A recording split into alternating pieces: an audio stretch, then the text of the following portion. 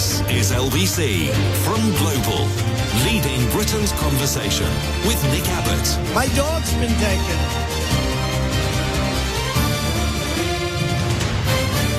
Well, let's get back to it. A weather phenomenon is on the way. The latest weather maps have revealed an onslaught of a rare and dangerous weather phenomenon could hit the UK within days. Downpours of freezing rain could break out in Britain later this month, with weather maps revealing a period of unsettled weather, bringing the potential for snow, ice and rain all on the same day. Brits should brace for severe conditions on February the 12th, with maps turning green, warning of the possible phenomenon. Green? Oh, no. Freezing rain is a type of rare precipitation where rain freezes almost instantly as it falls on the ground. This type of weather is known as very dangerous. It's known for causing difficult-to-spot black ice, wreaking havoc on the roads and posing serious danger for pedestrians. And I can confirm that this is completely correct in every respect. I've experienced this myself. I've only ever seen it once. And I've said this on this show before. It came out of nowhere. Well, the sky, to be accurate. It was a perfectly ordinary winter's day, and I was walking along the road, minding my own affairs. Da-da-da-da-da. Rock and roll! I was walking up Sloane Street, and it started to rain. And the rain froze instantly on contact with the ground. And it was absolutely terrifying. The whole of pavement, all of the entire area was turned into an ice rink in about 10 seconds. I just couldn't believe it. I had to literally hang on to a street light just to stay up. And people were falling down all over the place. People had started to walk on the road because that was the only surface that had any purchase at all. But it did mean, of course, that they were walking in among cars which were driving on black ice. What could possibly go wrong? And I can remember thinking, why is nobody doing anything about this? So if this is something that's going to happen near where you are, then be prepared. Weather maps show freezing rain is due to fall on coastal areas of Scotland land, as well as a large chunk of the country from the south of Edinburgh to north of Dumfries on February the 12th, and in County Durham and in the Lake District. So beware. Warning, warning. Maps also show a 200-mile wall of snow in Scotland for the evening of the 12th, which could stretch down as far as the northeast. And in other news, stargazing Brits will have the rare chance to witness a remarkable alignment of the planets from tonight. Yowza. 7 planets could appear in the sky at the same time. Groovy. It'll be visible to the naked eye. You'll be able to see Mars and Venus and Jupiter and Saturn. Ice planets Uranus and the gas giant Neptune will also be visible, but you'll have to peer at those through a telescope or a pair of binoculars. And they will appear as green-blue dots of light, and Mercury will also appear later in February as well. Isn't that fantastic? The next planetary alignment visible from Earth is not expected to occur until 2040, so see it while you can. Some messages and such from last night, from the top. This says, oh yeah, oh dear, how can you honestly say that, Nick? It's a conspiracy. I live in a small town in Pennsylvania, and I can show you the majority of people that voted that day with Donald Trump supporters. This was not rigged. I am my English man living in America now, and as you can say, I can spot a ding-a-ling from 2 miles. All one sentence. No punctuation of any kind whatsoever. Some of it made sense. I bet that you could spot a ding-a-ling from much closer than 2 miles away. I bet if you looked in a mirror, there's one right there. This says, I have a bone to pick with you. Oh, uh-oh. Before the election, you told us to stop saying they are all the same and to get out and vote. Well, I did. And Starmer and Reeves and Lammy got in, and they are all the same as the last lot. They really are. No! They really aren't. Luke says, you're right to question the 2024 US election results. The reason that nobody else in the sensible media will is because they have spent years calling anyone who questions institutions a right-wing conspiracy nut. And they don't want to be one. Well, I'll have them know I'm a left-wing conspiracy nut, says Luke. I am with you 110%, Luke. That is 100% plus 10%. just for emphasis. Mark says, at least Donald Trump won't put tariffs on the UK because he will struggle to find anything we make to tariff. Bunch of lazy labooties, bunch of lazy skivers, says Mark. He was going for layabouts, but it's Leboutes. Yes? No. No. And this text says, I wonder what Chris Philp thinks of the work ethic of his former Tory colleagues who have been unemployed since the last election. Could it have something to do with their track record in their last job? Yeah, on pretty much everything they said during the course of their last job. Some ex-Tories are finding it very difficult to get employment. Oh dear, what a pity, never mind. Andy, and of course, some ex-members of Parliament, of the Conservative bent, are doing quite well without jobs. Some of them don't need them. Hey, I don't know anything. He doesn't know anything, so he doesn't need a job. Couldn't get one. I bet he could. Doesn't matter whether he doesn't know anything. You know, he speaks like that, so jobs will come searching for him. Andy in Derbyshire says, seeing as Donny doesn't look at the executive orders before he signs them with his Sharpie, surely someone can slip in a resignation letter among them and do us all a favour. That guy, he shows up when the cameras are on, and he sits at his desk and he puts his yes, I'm listening face on while he's probably, going through the order at his local burger outlet, thinking, what do I fancy today? Oh, I know, a burger. A burger and some chicken wings. And he's thinking, chicken wings. And then one of his minions is blathering on about whatever it is that he's about to put in front of his face for him to do his big boy squiggle on. And he goes, oh, yes, yeah. And he does that. They could be showing him the wine list. I mean, he's got absolutely no idea what he's signing, but he stays there for half an hour because people are paying attention to him. And then he slopes off to go and cheat at golf. Again. Will says, demented Donny does not have to put much product on his hair. Most of it seems to go up his nose, judging by the nonsense coming out of him. You don't need to put all of that product in your hair. You just don't. I mean, that's just plain rude. This says, I believe Trump's insensitivity is so stuck that it betrays the fact that he's not even writing his own speeches anymore. Well, he doesn't write his own speeches. He's never written his own speeches, but most of what comes out of him is not part of the speech. It's the skeleton on which he hangs all of that. Well, he calls it the weave now, which is him trying to save some face, having been accused of just blethering. You'll get up on stage and go... And people were pointing out that he wasn't making any sense, droning on about, would you rather be killed by a shark than electrocuted by a boat's battery? Where did that come from, by the way? And going on about the late, great Hannibal Lecter and all that other stuff that he came out with over and over and over again. Boring! And he tried to save face by saying, oh, it's not just me, ranting on. I'm doing the weave. Yeah, but the only weave we can see, Donny, is what's on top of your head. I don't wear a toupee. And so he said, I start on one topic, and then I go through 86,000 different other topics, and I come all the way back to the beginning. And people, very important people, they come to me, they say, sir, they say that is fantastic. Nobody does words better than you. I say, thank you. Hey, Nick, this says this one. Have you heard that RFK in front of the Senate committee this week? He sounds like AI has taken over him. Surely no one would say those most ridiculous things. Artificial intelligence? Nah. Negative. No, I don't think so. I don't think there's any intelligence involved at all, artificial or otherwise. I think AI would do a much better job than what we've got at the moment. In fact... AI seems to be on the verge of taking a lot of people's jobs, including those people who thought that they were totally safe. And I'm not talking about accountants and lawyers and people who just interact with a computer screen. I mean, the white-collar worker might have thought that they were going to be safe from the incoming technical revolution. But now AI has come up. They think, oh, well, maybe... I am up for the chop after all. So those jobs definitely will be lawyering and accounting and all of that stuff. All of those jobs where you've got to remember a lot of stuff.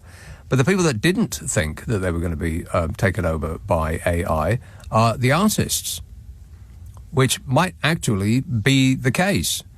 Because if at its infancy artificial intelligence can come up with books and poems, or poems, as they say in Edinburgh, and artwork and stuff like that, then, everyone's about to get fired. And then what? Nobody can really think about what might happen then, because it's just too awful, and it seems like it's too far in the future that we don't really have to contemplate that now. We don't have to plan for that now, which gives politicians the excuse not to have to think about it. Even if they did think about it, even if they were up all night 24 hours a day for the rest of their lives, they still wouldn't be able to think up what it is that we're going to be doing when that happens. And it did seem like a long way into the future, like science fiction. Well, it's not science fiction anymore. It's not sci-fi. It's sci-fi. It's sci-fact. It's here already. Oh, no. Yep, it's here. So maybe we should give artificial intelligence the opportunity to run countries, because they would certainly do it more efficiently than, Trump or Thinskin. And some of the other world leaders. I think artificial intelligence could be more presidential than Donald Trump. I can be more presidential than anybody. Anybody? But how about anything? LBC. This is LBC with Nick Abbott. Call 0345 6060 973. Text 84850. Alexa, send a comment to LBC. Hot H-O-T-A-I-R. Which has AI in it. Coincidence? 0345 6060 973. Bristol. Hello, James. One of the first... Oh, blimey. James? Hello. Yes, what was that? What was what? Never mind. Never mind. Wait, am I on live now? Sorry, my phone's yes, out for a bit. It sounds like you. Go ahead. So we were heard you earlier talking about AI art. AI art. Yes, AI art. AI art. See, I don't think it is the future, to be honest. If you look at it, I work with a lot of people who do digital content creation, and you can just kind of tell it has a look to it. It has a certain look to it. You must see them pop up all the time. And there is a thing going on with a lot of people who work in AI that, we might have, eventually, the language learning models, it's just kind of we're going to hit the peak with it, that we can't go any further, because I know they're getting better and better every year. Yeah. But at the same time, I think there is a certain amount of, we're going to reach the pinnacle of it, which might be soon. Well, so it might, this might be as good as it gets. That sounds like wishful thinking to me, James. I mean, what about, you could say that there is a look to art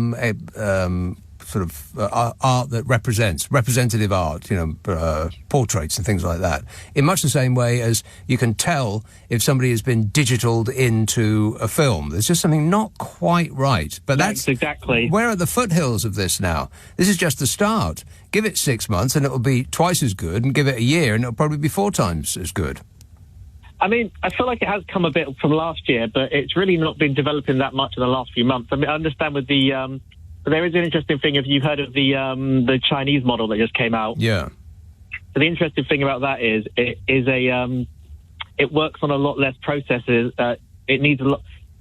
It works a lot more efficiently, apparently, than the US larger models. Yeah. So there could be space for that. It needs less money, honey. Funny, yeah. I think they said it went on about 6 million.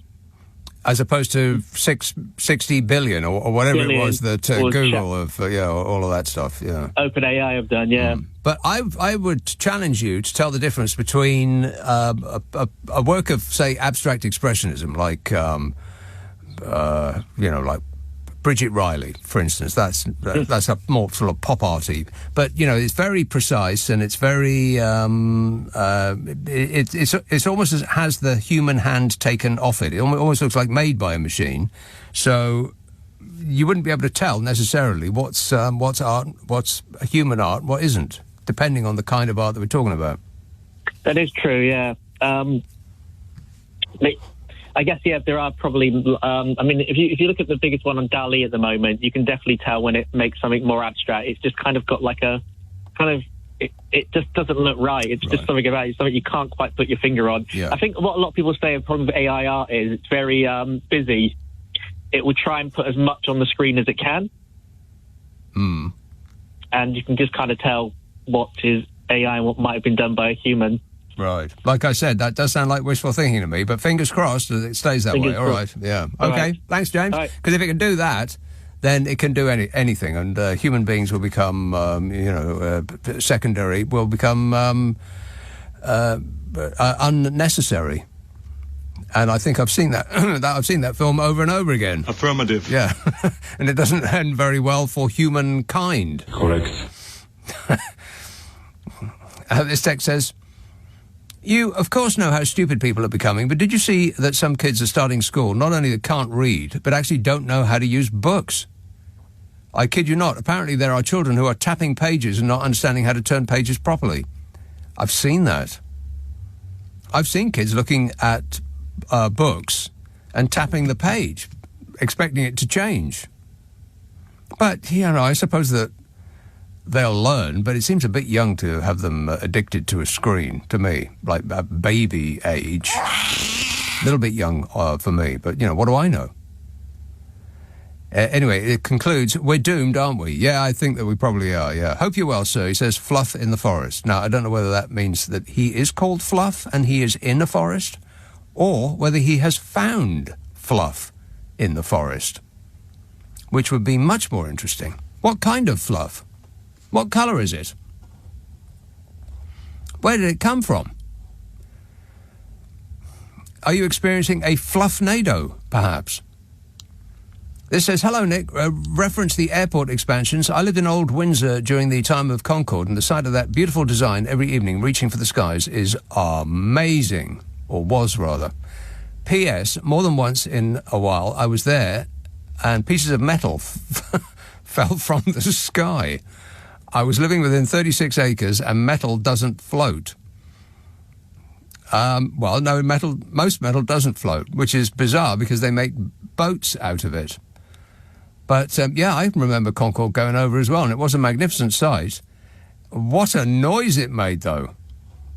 I mean, I am quite glad that's not going over anymore, but, it looked magnificent, but what a racket. I mean, it used to shake stuff on my parents' mantelpiece. And you had to stop conversation for about a minute every time it went over, which fortunately was only twice a day. The noise it made. This says, you will be pleased to know your You will be pleased to know your instinct is right. Millions of voters were purged from the rolls very quietly just prior to Trump's win. You should see this on CNN. Never. They're too busy slobbering on Trump's cheesy tiny toes.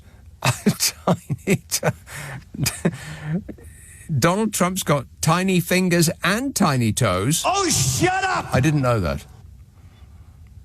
Yes, exactly right. He cheated and cheated and cheated. He's cheated at absolutely everything his entire life. The concept that he did not cheat in this last election is just not believable. I don't believe it.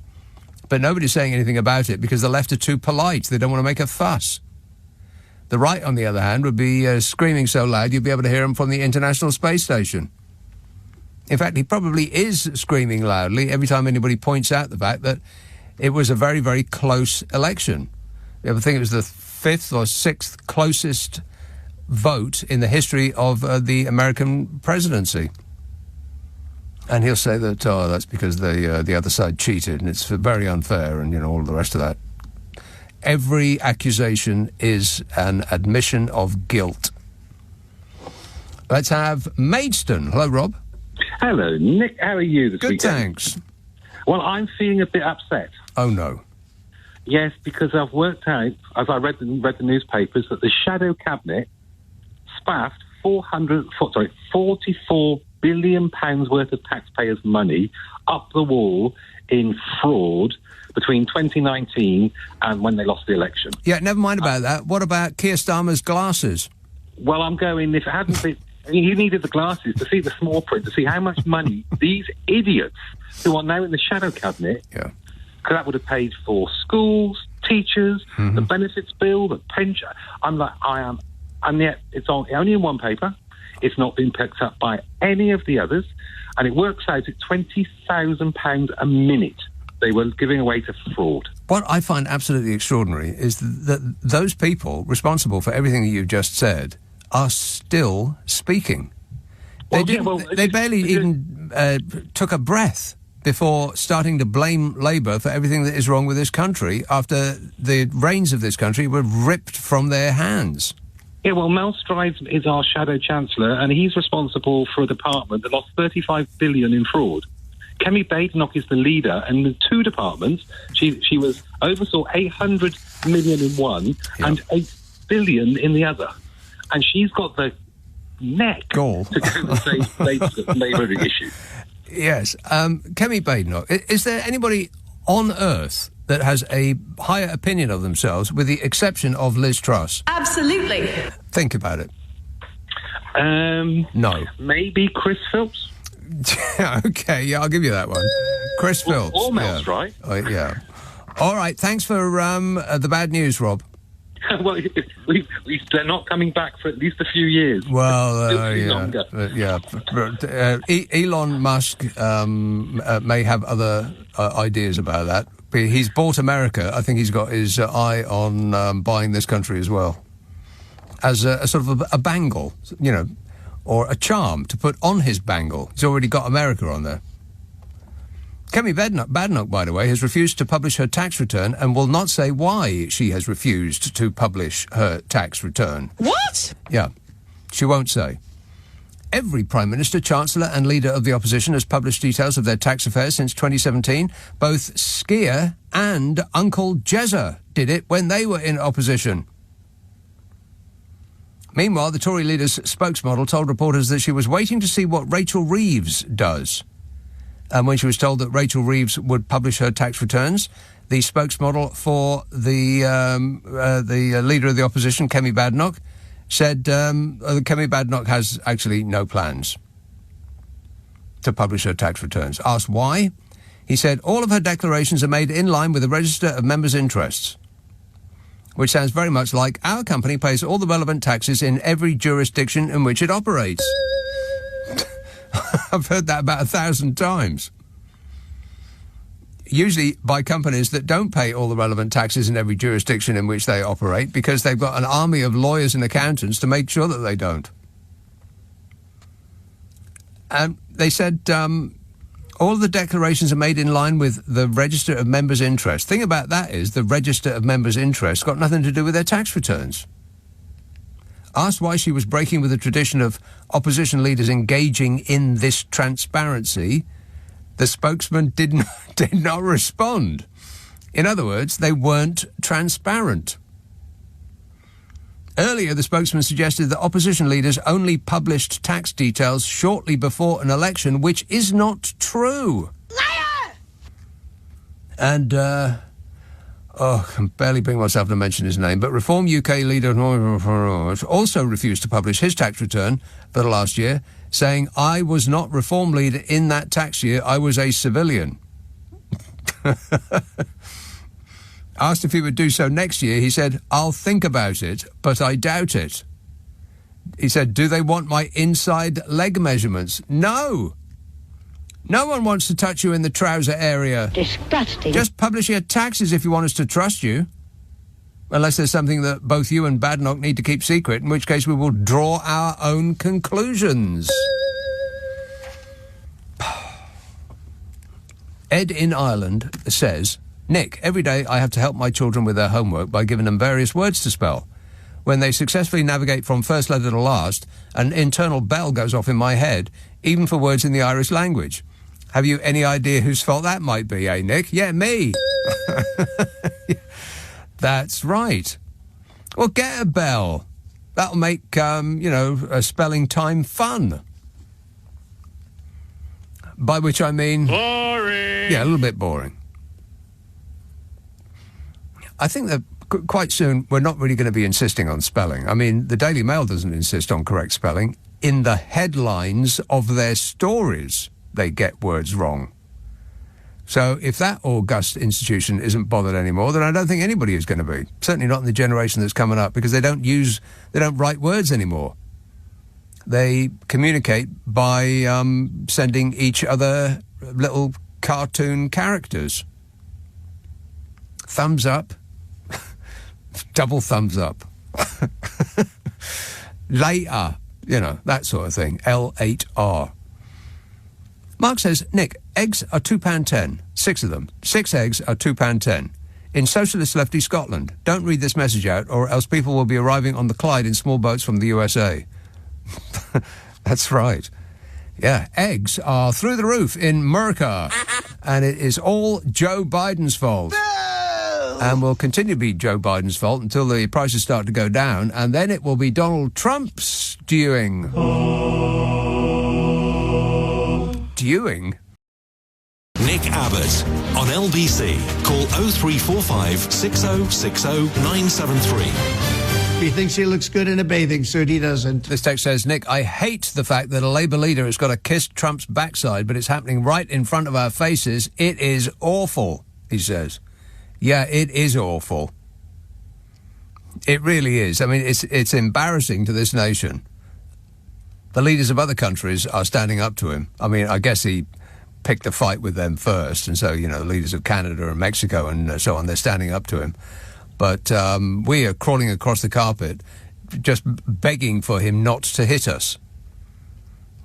It is like we're in the schoolyard, and he's the demented bully who's just been released from Borstal, and he's swinging haymakers at the kids, and we're tremulously hiding behind the bike sheds, hoping he's not going to pick on us. It's embarrassing. It just is. This text says, Nick, did you see Donny signing the executive order in the Oval Office yesterday? He had clearly just had a spray tan and removed the goggles directly after. Unfortunately, before the camera started rolling, nobody applied the tan to where the goggles had been. He looked like Batman's Robin from the 1970s with the cheap eye mask disguise in white rather than green. Don't be rude. Yeah. I don't know. He must have somebody new doing the makeup, or he's using new products or whatever. Maybe he does it himself. Maybe that's the reason why there's the makeup sort of ends around about where his ears are, and then there's this white patch towards the back of his head, because if he's doing it himself, then he's looking in the mirror and he can't see past the side, can't see past where his ears are. And there's this distinct line of makeup, which is orange in the front, then it just goes white in the back. But now, maybe somebody bought him new glasses, or I've got no idea what's going on there. Maybe he has a professional face wrangler to go with the team that does his hair, which also seems to have been changed. But now they're leaving not just the part around his eyes, but his eyebrows as well. He seems to have got white, bushy eyebrows, unless it's just a part of his forehead that has not got any makeup on it. Very, very strange-looking person. Doing very, very strange things. What a way to run a planet, eh? Dreadful. 0345 6060 973. Hove, Brian. Oh, hello, Nick. Brian. I just wanted to say it's my birthday today. Your birthday.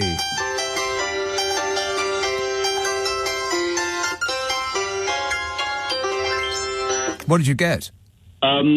Well, I didn't get anything. I got lots of cards, but I didn't actually get many presents. I've just been taken out for dinner this evening, so that's very nice. I just wanted to mention about Concorde. It was an amazing... Amazing. It truly, truly was. The 4 o'clock used to go from Heathrow to JFK, and it was so loud. It was incredibly loud. It was just too loud. It was an amazing aircraft. I've never actually travelled in it, but I did go inside a Concorde in the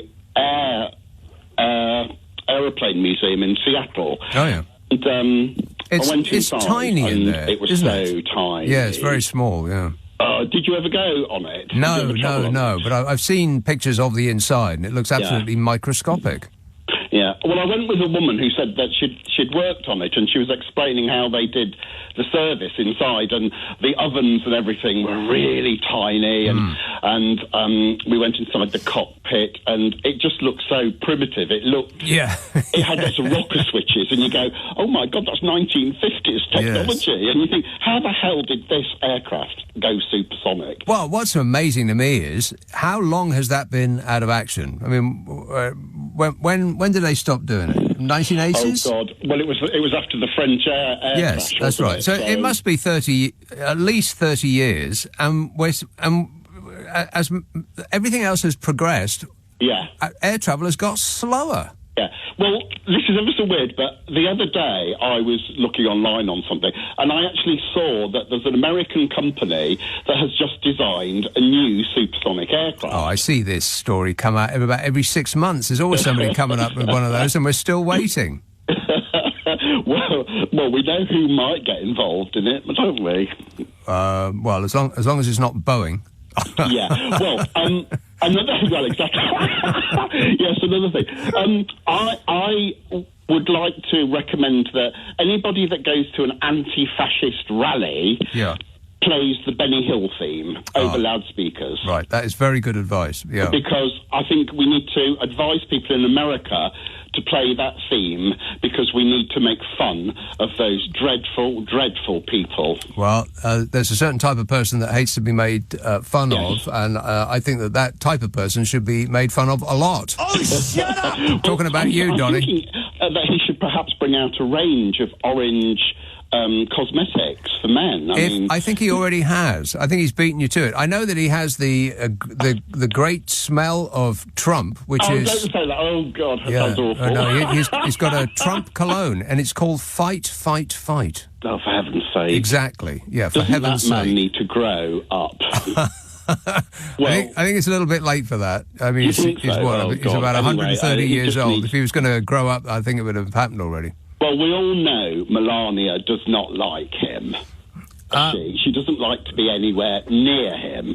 She won't let him kiss her. Well, the anti-Donald hat that she wore for his inauguration was hilarious. And as soon as they I kept thinking, did I see that in the 1930s? As soon as they touched down in California, she was all kissy-kissy with Gavin Newsom. I mean, she practically threw him to the tarmac. I know. I think she's looking elsewhere.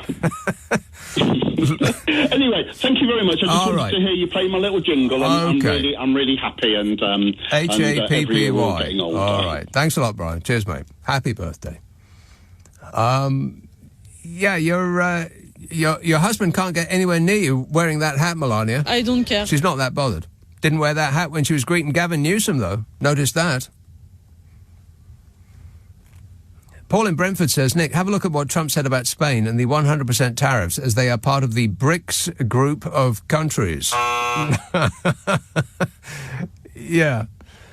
You could see his brain whirring in real time as he was saying that. You know about the BRICS countries, Spain. You know that...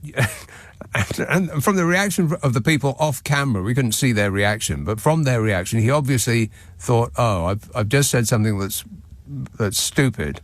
So what am I going to do? I'm going to ask somebody with the potential for losing face, or I'm going to double down, and now the S in BRICS stands for Spain, whether Spain likes it or not. He's just signed an executive order. S stands for Spain.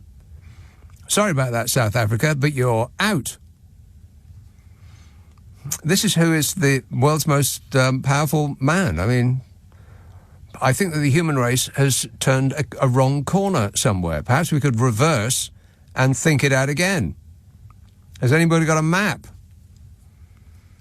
0345 6060 973. Beverly. Mike. Hi, Nick, yeah. Two or three daft bits. I mean, did you see he's christened the Gulf of Mexico, the Gulf of America? Yeah. And Google have followed it. Have they really? On Google, no.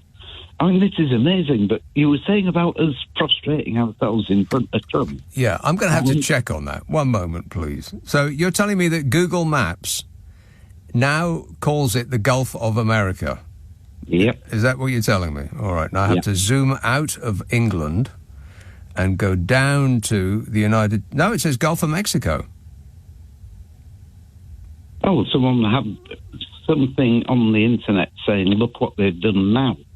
So whether that's the American version... Right. Quite possibly, yeah. If I could be bothered, I would use a VPN to pretend that I'm in America. If that might be... I'll do that in the break. I'll use a magic app that will make it look as though I'm in America, and I'll see if it actually says Gulf of America. For giggles. Other daft little thing. How ironic is it that Farage, who's what part of his shtick is British superiority, British exceptionalism, something on about Britain, and he's the biggest brown timber of a lot of them. He's the biggest what? Well, brown timber of a lot of them. Oh, really? He goes over there. Something happens. He goes over to support his mate, doesn't get invited to the do, and has to come home with his tail between his legs. And then something else happens. He goes over again, doesn't get included, and comes back again. And it's like a little puppy dog. It's unbelievable. And yet he goes on about British exceptionalism and Great Britain and we can rule the world. How ironic is it that the man who promotes British exceptionalism just wants to crawl before Donald Trump? Yes. Yes. Well, yes. what I was doing there is I was doing what I should have done during the break, and I was trying to see if I could find on the American Google site whether they had actually called it the Gulf of America. But I should have actually been paying attention to what you were saying, Mike, and that is why I didn't appear to have much of a response to what you just said, is because I wasn't really listening. Well, but I did allow you to go on a bit, so there is that. Listen to the next bit, though. Yes, okay, then. I am paying attention. Go ahead. This week, we have dropped into Don't Look Up territory because apparently there's a 1% chance that a 100-metre asteroid is going to hit the air. Oh, yeah, that's right. Yeah, in 32. And the scientists are saying people shouldn't freak out because it's only a 1% chance. Well, if you got on a flight somewhere and they said, there's only a 1% chance of this flight crashing, yes, would you stay on the plane and get off? You would get off immediately. Unfortunately, there isn't another planet for us to get off to. Yeah. If that thing hits us, then, I mean, it could go... if it does hit us, then the likelihood is it'll hit water, which means that there'll be a tsunami wave, probably 100 feet high, that is going to blast through whichever towns it visits first. But if it hits immediately into a city, then that city doesn't exist anymore. I mean, what might happen is just alarming, but you are quite right, and the government has said that there's nothing to worry about. I mean, they say if it hits land, it'll wipe everything out for 9 kilometres. I mean, yes. Okay, it's not likely to hit the city. But if it hits, but if it hits water, then it's probably going to be even more catastrophic, because the water will go out in a circle, of course, and it won't stop until it reaches land in the entire circle. So, well, we'll find out when we get there, I suppose. Thanks a lot, Mike. Thanks for the bad news. More bad news. Can you believe that? 0345 6060 973. Oh, here's an idea. This text says, Nick, can we put all of our Brexit benefit money together and organise this SpaceX trip to Mars? Trump and Elon can be first aboard and we can watch it light up the sky. Let's just hope that the diverse rainbow flag waving wokerati aren't at the controls, because losing them two would be a disaster for the world. Yeah, well, maybe, yeah, I mean, come to the point that an asteroid will smash into the Earth, maybe we do need to colonise another planet. Are there any other planets that would like to have us? No. Nick Abbot on LBC. Call 0345 6060 973. Everything is going extremely well. You bet your life it is. 0345 6060 973. Dave in Poole says, Nick, every poll now shows the vast majority of people think that Brexit has been a disaster. The godfather of that disaster, the Clacton gas bag, is denying any responsibility for lying to everybody by claiming it's not the type of Brexit he would have done. I wonder who in their right mind listens to this guff. We've got a few idiots in our party. A few idiots in his party. This text says, I met a guy for the first time at a family funeral. At the wake, I asked him what he did. He was a musician. What he played, the drums, and then what the screen show came up with him at... And... So I'll just read it as it's written. Met a guy for the first time at a family funeral. The wake. I asked him what he did, musician, what he played, drums. Then when the screen show came up with him at a Coldplay concert, asked him if he was part of the backing group. No, he said, it's only ever been the four of us. Will Champion, nicest, gracious guy ever for my cringe factor 10. Some of that made sense. So you met the guy at a Coldplay. The one that people wouldn't recognise. Well, you know, he's behind drums. The only drummer that anybody would recognise walking down the street would be Keith Moon, who I maintain is the best drummer in history. Rock and roll! Not necessarily for his skills at playing the drums, just his skills at being a part of a band. I mean, he was as much a part of the band as Rog and oh my God, I just blanked on the guitarist. No, don't tell me. Oh, this is really embarrassing. So I better move on. Pete. Pete, of course. Pete. Roger and Pete. Cumbernauld. Andrew. Good evening, Nick. Nice to talk to you again. Andrew. Just to say that if an asteroid hit Cumbernauld, it would cost about 500 million quid's worth of improvements. Improvements, right. Anyway, back to the Democrats and the election results. Do you remember the 2000 US election when the Democrat candidate was Al Gore and his running mate was Joe Lieberman? Right, I'd forgotten the Joe Lieberman part, but go on. Yeah. And their election posters were Gore-Lieberman, and you remember it was extremely close, especially in the key state of Florida. Right. And they reckoned, it was so close, they reckoned that if they got a recount, it might show that the Democrats actually won in Florida. And they reckoned that there were a lot of people that got stripped off the Florida electoral roll that shouldn't have been, because people with certain degree levels of conviction don't get to vote. But a lot of the Republican movement put up posters that said "Sore loser man." Yes. So that I think the Democrats have learned that if you don't like a result, there's only so much mileage in trying to kick up a fuss about it. Well, I mean, tell that to Donald Trump. He's been kicking up a fuss, still does, on virtually a daily basis about the election that he lost. Yeah. Didn't the Democrats end up thinking that it's better to concede as gracefully as possible, which is what Al Gore ended up doing? Yeah, which is why they keep losing all the time. They're bringing a poetry book to a knife fight. The right wing never, ever, ever concede. They'll never admit they lost. And they'll do absolutely anything in their power to maintain their grip on well, I'm trying to think of another word for power, but I'll just have to use that twice in the same sentence. Power. And but the left, they let power go because they don't want to make a scene. Yeah, which is not perhaps the right tactic, but they think if we sound like sore losers, then the middle ground is perhaps less persuadable. Right. Yeah. And which is why they keep losing over and over and over and over Quite and over probably. again.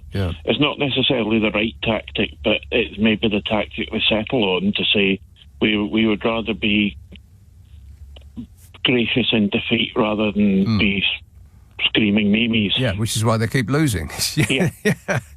Exactly. Yeah, I think it might be better for the future of humankind if they made a bit more of a fuss.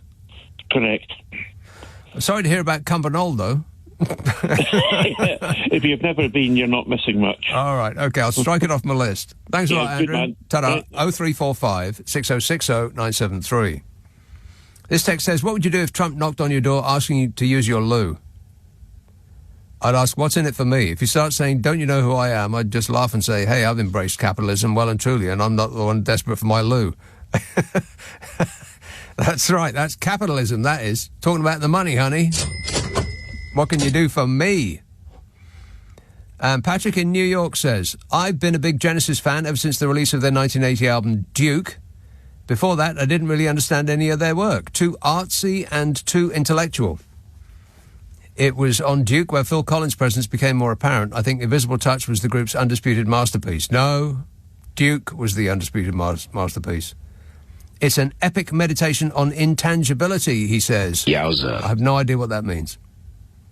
An epic meditation on intangibility? What does that mean? At the same time, it deepens and enriches the meaning of the preceding 3 albums. Listen to the brilliant ensemble playing of Banks, Collins and Rutherford. You can practically hear every nuance of every instrument, says Patrick in New York City, who sounds like one of those music critics to me. Like he, writes... used to write for the NME, and they'd always come out with words like Schadenfreude, stuff like that. And you think, what, as a 15-year-old, you'd be reading it and think, what on earth does that mean? And there would be no way of looking it up. We didn't have the internet or anything like that. Zeitgeist, that was another one. Everything was always a part of the zeitgeist. What's that mean? No idea. They just used big, long, multi-syllable words in order to make themselves seem smart. I guess writing about music can't be that easy, can it? Oh, it's a new album, and the first track goes, la, la, la, la, la, la. Try writing that down. Gaz says, top trivia, Have a Cigar is the only Pink Floyd song on an album that is not sung by any member of Pink Floyd. Yeah, I know that. And if you haven't listened to Roger Waters' epic Amused to Death, you should do so at the earliest opportunity, says Gaz. Leave that with me, Gaz. Let's see now. We've got time to squeeze one in. Embra. David. Hello. Yes, Hello. Yes, David. There you are. Yeah, how you doing, Nick? Good, thanks. Yeah, earlier on you said about the weather. You got a long-range weather forecast for the 12th. Scotland's going to be snowing and ice. Well, I found the Met Office. They said they can't sort of predict as far as that. You know, I'm just wondering where you got the info. They do though. They predict a month ahead. Well, she wasn't clear about it, and I live in Scotland, and I'm nearly 75, and I 75. certainly don't want to drive in the ice. Yes. I certainly don't want to drive in the ice and the snow. You know? I would recommend, David, that you drop your car keys down the nearest drain and get the bus. I thought you were going to say something else. Did you actually call Did you really call the Met Office? I did actually. I said that can't be right. I said because in Edinburgh today it was cold. It was cold. Yeah. But nobody suggested to me. Some friends that was with having a coffee and blah blah. You're talking about the weather and the storm. It was about a week ago. Yes. And they said, no, everything will be sweet. You know, the weather's going to be nice. Well, I didn't specifically say Embra. I might have drawn out Glasgow because it's always raining in Glasgow. But it is raining in Edinburgh at the moment, as I think you will agree. Oh, is it? Yeah. Well, I'm certainly not looking forward to it. I mean, as you get older, Nick, especially...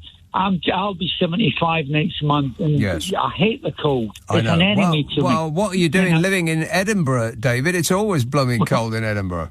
I know, but it's a castle that keeps me here, you know? Right. Well, it does have fantastic architecture, there's no doubt about that. I know. Beautiful scenery. Nick, okay, that's about it. Again? All right, beautiful scenery. No. Okay, excellent work. Thanks a lot, David. Here's the weather forecast for Edinburgh over the next couple of weeks. Cold every day, sunny most days. Wow, can you believe that? No. People in Glasgow, you're listening to this. Sunny most days over the next couple of weeks. And I'm just checking Glasgow.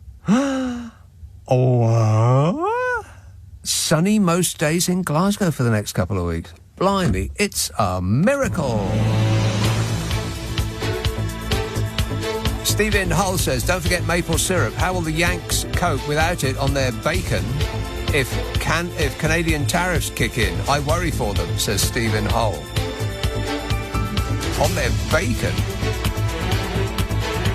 Actually, that does sound pretty good. Bacon and maple syrup. Ooh, I want some of that right now. Stop talking to me about food. 0345 6060 973. Text 84850. Email nick@lbc.co.uk. If you're on WhatsApp, it's the same number as the phone. 0345 6060 973. On your radio, on Global Player, and Play LBC. leading Britain's conversation.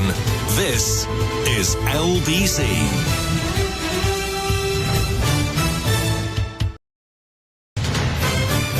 This is LBC from Global, leading Britain's conversation with Nick Abbot. Shut up.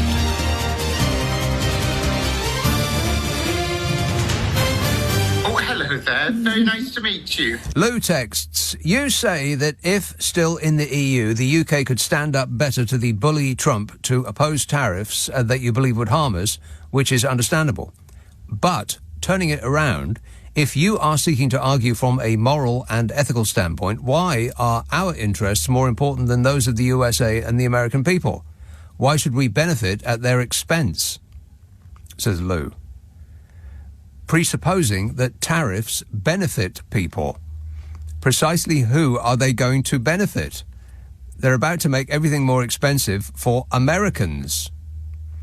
Because unlike what Donald Trump keeps saying, it's hard to believe that this is what he thinks, because it's been explained to him so much. Maybe he can't compute being corrected. I really don't know. Or whether he can't think of anything else to recommend himself to his yeehaw cult fans. But tariffs don't get paid by the country that you're imposing the tariffs on. They get paid by the country that's importing those goods. So that's not to the benefit of the US and the American people. It's just for the benefit of Donald Trump. Lou. But, of course, he can't respond because it's a text. And he's going to go ahead and do it. The whole world has just been turned upside down by this painted buffoon. US consumers grappling with soaring prices for beef and eggs are going to face even higher costs for meat, vegetables and fruit now that President Donald Trump has imposed tariffs on Canadian and Mexican imports. So say economists and food industry executives. But, you know, what do economists and food industry executives know about the economy and the food industry? Consumers have struggled with this is Reuters. Consumers have struggled with fake news. Consumers have struggled with high inflation since COVID-19 and voted for Trump in part due to discontent with higher prices. Trump pledged to bring down the cost for ordinary Americans. He said he'd do it on day one. How's that going? Oh, fabulous. The White House said that new tariffs on Canada and Mexico will take effect as in right now. Tariff-related price increases are going to hit consumers' wallets at a time when beef prices are near record highs and the cost for eggs have climbed after bird flu eliminated millions of hen-laying eggs, of egg-laying hens, because of bird flu. And bird flu has now switched to cows. Shortly after taking office, Trump or thin-skin set the deadline of today for imposing 25% tariffs on imports from Mexico and Canada, and he went ahead and did it, even though absolutely everybody is telling him that it's a really stupid thing. And you know, when it blows up in his face, and even his yeehaw cult fans start to whine, he'll cut the tariffs and claim that those countries have bent to his will and declare a victory. I can be more presidential than anybody. He'll say. Any increase in expenses in the form of a tariff subsequently serves as a food tax on consumers for imported products and is not a workable solution, so said the National Grocers Association. Well, what does the National Grocers Association know about groceries? Nobody knows more about groceries than me. They said it's not a workable solution, but that's okay because he's not into a workable solution. He's after headlines and ratings and money. Tariffs are paid by importers, not exporters. And they either pass the costs on to the consumers or they face lower profits. And supermarket giants are not going to accept lower profits, are they? We know that. They just won't. They'll pass it on to consumers. And it really doesn't matter whether you believe it or not, it's going to happen anyway. Just like it really doesn't matter whether you believe in climate change or not. That's happening anyway too. You might as well not believe in spring. It'll happen anyway. I mean, insurers certainly believe in climate change, so you'll be paying for it whether you believe it or not. And, of course, this is all down to the oil companies who are insisting that climate change is not a thing, which is why Trump has insisted that all government websites now do not mention climate change or ways of reducing it. It just doesn't exist now, as far as the American government is concerned, because oil companies gave him a lot of money. He squiggled his big boy signature on one of those executive orders banning the mention of climate change on government websites. It's going to get you anyway, Donny. Nature doesn't do alternative facts. And the Trump administration say its planned tariffs will not cause higher prices in the US. Vice President J.D. Vance, remember him? Yeah, he said that consumer prices will start to come down. But it might not happen immediately, he said. Yeah. Maybe in the next life, after you've starved to death. 0345 6060 973. Petersfield. Hello, Paul. Oh, hello. Paul. Yeah, couple of things. The first thing is we're living in a corrupt, broken Britain. Yes. That's bankrupt, spending all the most taxes that we've ever had to spend in my lifetime. Ever. Which is, I'm a similar age to yourself. And the other thing is slipping on the ice back in the 80s, I think it was, when it was rain coming down and then hitting the pavement and just turning straight to ice. In the 80s? Oh, that's when I saw it, yeah. Right. In the south. But it wasn't... It didn't have anything to do with the 80s, though. The way you said that, it made it appear as though... It happened to me. It happened to you? I experienced it in the 80s, I get that. Right, did you fall over? I put my helmet on. Oh, right. Went out the porch. That was going to be my next question. Did you hit yourself on the head? Well, luckily I had my helmet on and I went out of the porch onto the frozen ice that was hitting the ground, straight on my back, and then went back in. And went straight back inside. Back inside and didn't go to work that day. Right, that is very, very good advice. Emergency, everybody to get from street. Emergency, everybody to get from street. And they're talking about it on the 12th of this month. We're in February already. Oh, can you believe that? Spring is just around the corner. It's practically summer, almost autumn. The clocks have just gone back. It's Jesus' birthday again. Thanks a lot, Paul. Always wear a helmet when going outside. That is good advice. This text says, looks like Trump is going to do some more stupid stuff. He's going to do more, not some more. He's going to do more stupid stuff than he did in his first term. Yeah, well, I think he's done it already. I think he's achieved even more stupid things than he did for the entirety of his first term.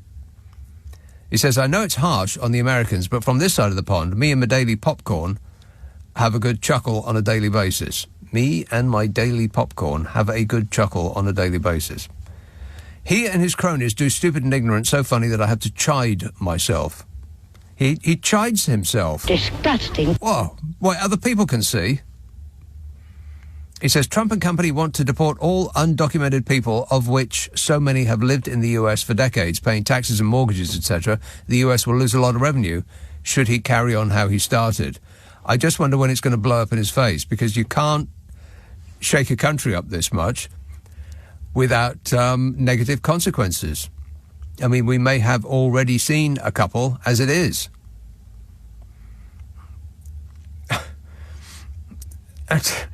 The idea that you can just take all of America and give it to yourself and whoever's giving you a lot of money, and to hell with the 360 other million people that live there, it just seems extraordinary. But that is the path that they have started walking down.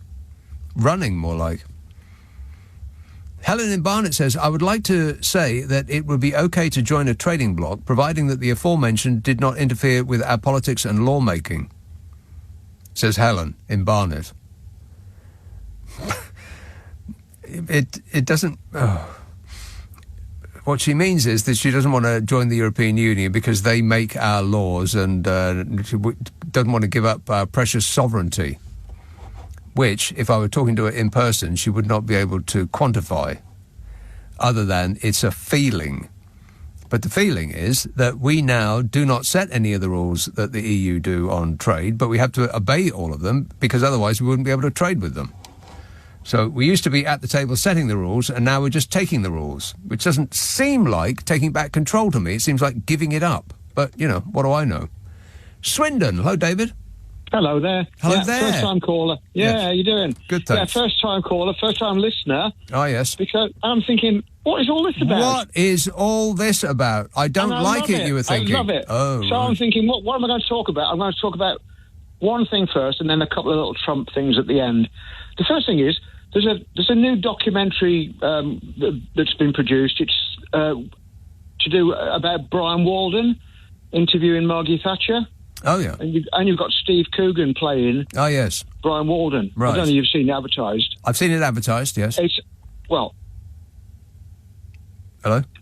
Yeah, sorry, I'm a bit nervous. Right, but the thing is, if you go to YouTube, you can see the whole actual interview with Brian Walden and Maggie Thatcher.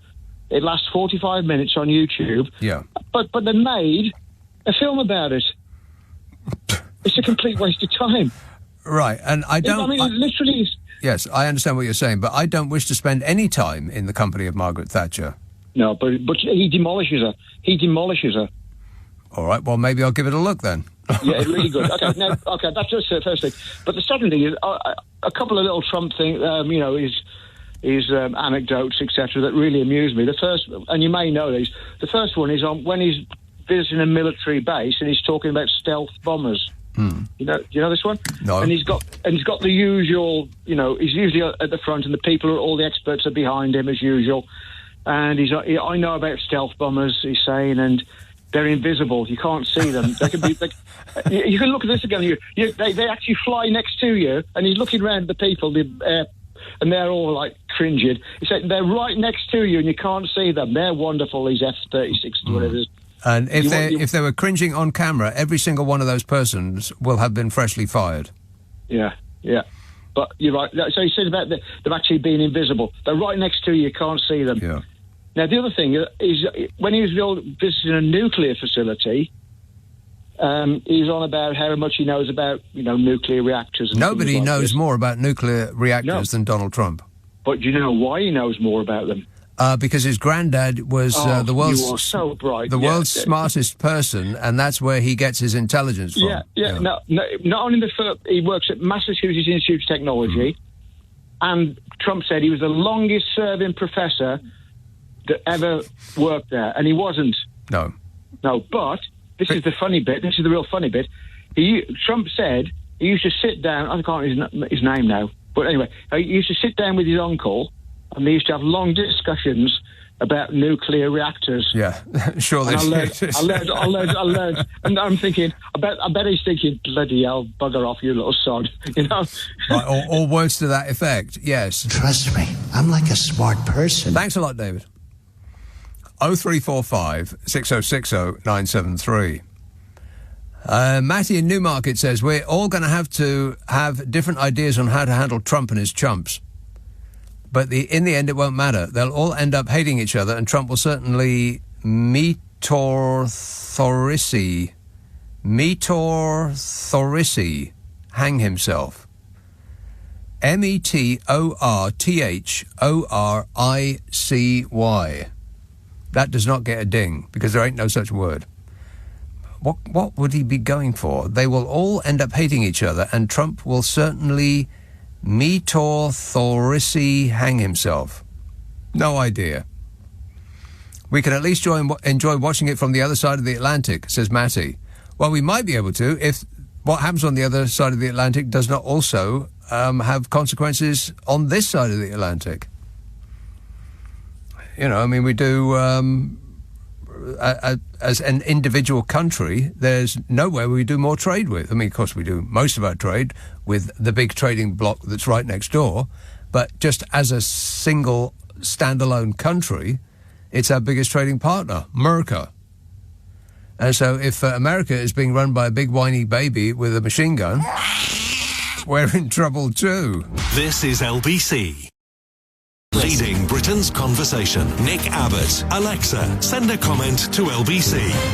Anybody care what this guy thinks? No! This text says, hello, Nick. I can't help thinking that if God loves Trump and Trump loves God, I wish they could get together soon. Well, if they did, God would be probably telling him that you're in the wrong place.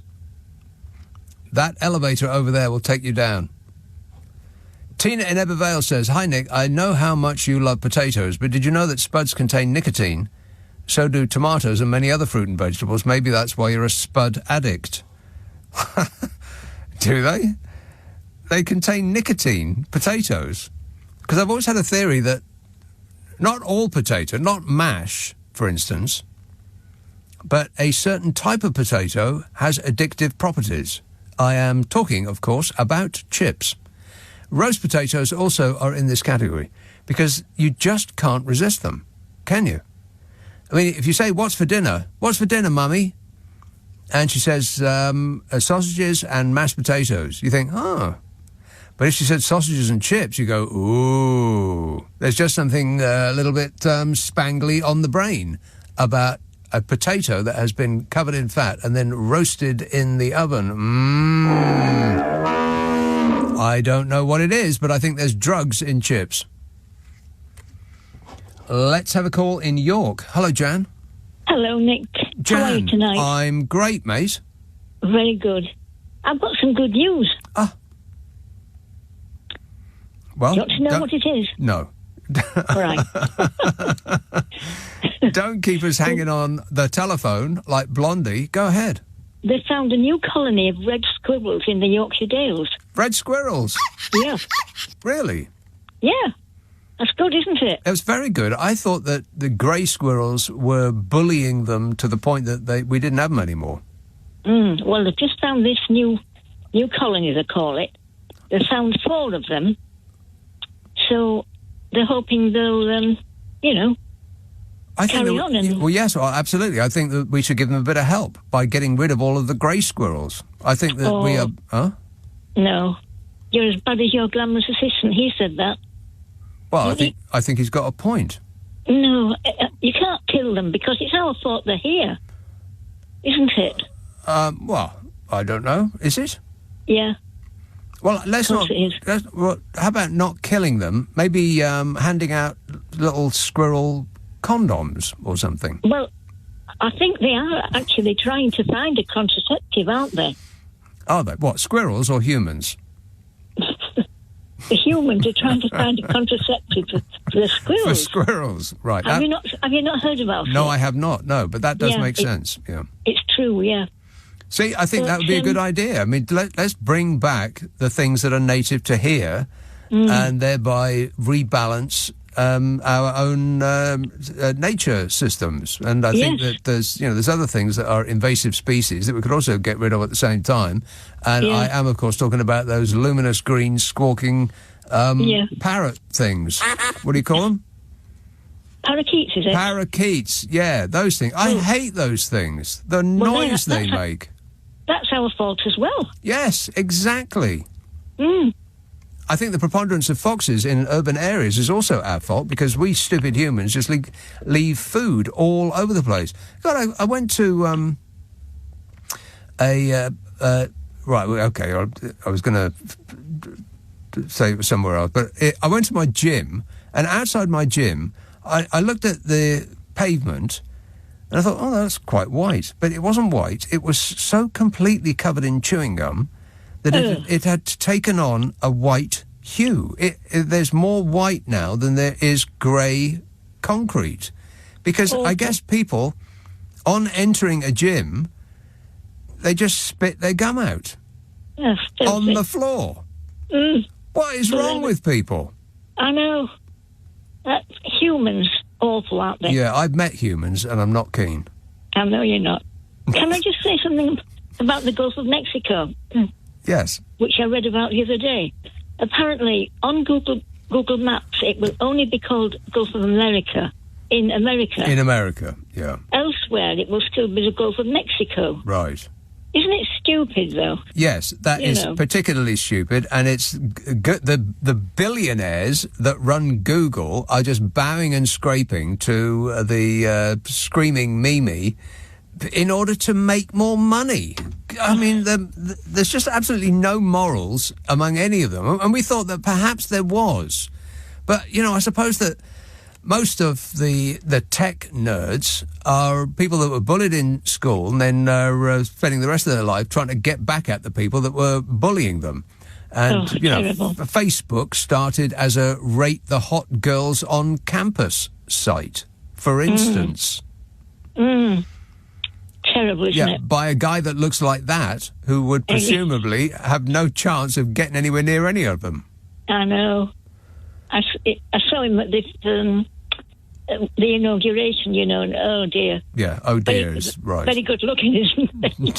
No, precisely, yeah.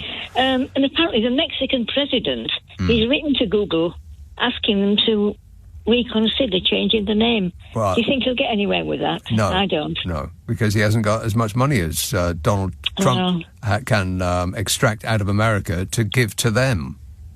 It's a funny old world, isn't it? Well, it's getting funnier in one sense with each passing day, but not laugh out loud, no. All right, thanks a lot, Jan. Cheers, my dear. Right. There's some good news. Red squirrels are back. So cute. I don't mind red squirrels at all. Grey squirrels are just kind of annoying. There's something that's kind of malevolent about them. They've got a sort of rat-like character. So if we could replace them with the red ones, that would be great. And if we could replace those parakeets with just replace them with nothing would be good. But replace them with, British songbirds. Anything would be better than that. Squawking, luminous flashes in the trees, and they've completely taken over Kew Gardens, which upsets me more than a little. Somebody should do something about it, with great vengeance. Tottenham, Dave. Hello? Yes, Dave. Good evening, Nick. The reason I'm calling is you had a message earlier on from some guy called Patrick in New York about Genesis. Oh, yes. It's just, in fact, there's I don't know if you saw a film called American Psycho back in the 90s. I did. It was a book and a film. It was Patrick Bateman from New York. And he was a big fan of Genesis, so I'm assuming that's the Who. Oh, right. Yeah, I just did see that lately, and he was going on about Duke being their best album. Yeah. And in fact, there's a quote in the book which says it's an epic meditation on intangibility. So I just thought I thought I'd clear that up for you anyway. Got it. Okay, good work. Thanks a lot, Dave. Okay, bye. Now we know. A cooperative caller. Thank you. Appreciate it. Peter in Pontefract says, are you still banging on about Brexit? No. Well, these are messages from yesterday. So it was Brexit's 5th birthday yesterday, and nobody got a card, nobody got a present, nobody felt very good about it. He says, why can't you discuss something more up-to-date like Mandelson's snivelling endorsement of Trump? Yeah, I've done that already. You want me to do it for 3 hours? This says, hi, Nick, have you heard Pink Floyd's Household Object? It was recorded in 1974 between Dark Side of the Moon and Wish You Were Here, and featured no musical instruments, just stuff from around the Pink Floyd Happy House that made a noise, like knives and forks and cigarette lighters and sinks draining and sellotape being pulled. Wow. Want to score some pot? No, thanks. I think they've taken it all. Knives and forks and cigarette lighters. Anybody want to hear that? No. Not really, no. Not really, no. All right, yes, I actually would. I'd be curious to see what they made of it, but, This says, Nick, why are we always in this position with our chosen party in government, that we have to criticise and hate every decision they make and post it over social media? Well, that's because that's what social media is. It's social media is the three words. Whinging and whining and moaning. It is whinging and whining and moaning is what it is. And when it's not that, it's fury-mongering. That's what makes the world go round. And we didn't realise that until social media held a mirror up to us to tell us what we are actually like. I mean, we like to think that we're, positive and constructive and all of that, but we're not. That's not who we are. We cooperate to a certain extent. I mean, human beings cooperated so that we could eliminate any major threats to us. We ain't got tigers who are waiting to pounce as soon as we walk out of Tesco's. For instance, we got rid of them. Wolves and that sort of thing. I don't know the last time that tigers used to wander around London, but certainly before the 1970s. So we'll cooperate up to a certain point to make ourselves safe. But beyond that point, then we start to fight amongst ourselves. Once we're comfortable, then we start using the aggression that made us comfortable to make us even more comfortable. Then greed sets in once safety has been achieved. And that's who we are. And it's difficult to actually see that in us unless somebody or something holds a mirror up for us to see it. And social media is it. That's who we are, the human race. Pretty nasty bunch, really. Could do with improvement. Nick Abbott on LBC. Call 0345 6060 973. Listen to him. He knows everything. A couple of messages about eggs, and then that is last night's messages dealt with. Good grief. How many of them today? 16 pages. I think... Are you just putting in everything that arrives, or are you going through these for quality? He's not actually listening to me right now. He's in there listening to Classic FM. I know it's relaxing. I'm trying to do a show here. I was talking about... Well, I wasn't, but somebody called in and told me how to boil an egg, which is not as easy as you might think. This says, to get a cooked runny egg in an air fryer... It's 12 minutes at 120 degrees. It doesn't explode in an air fryer, but it will in a microwave. So that is good advice if you've got a microwave. And Jenny says, I've only just tuned in, but boiled eggs in an air fryer are wonderful. They cook perfectly. No need to put them in water. Just eat lol, says Jenny. Now, why would she be laughing out loud when she says that? Is it a trick? Southgate. Hello, Mark. Oh, Mark? Hello? Yes, Mark.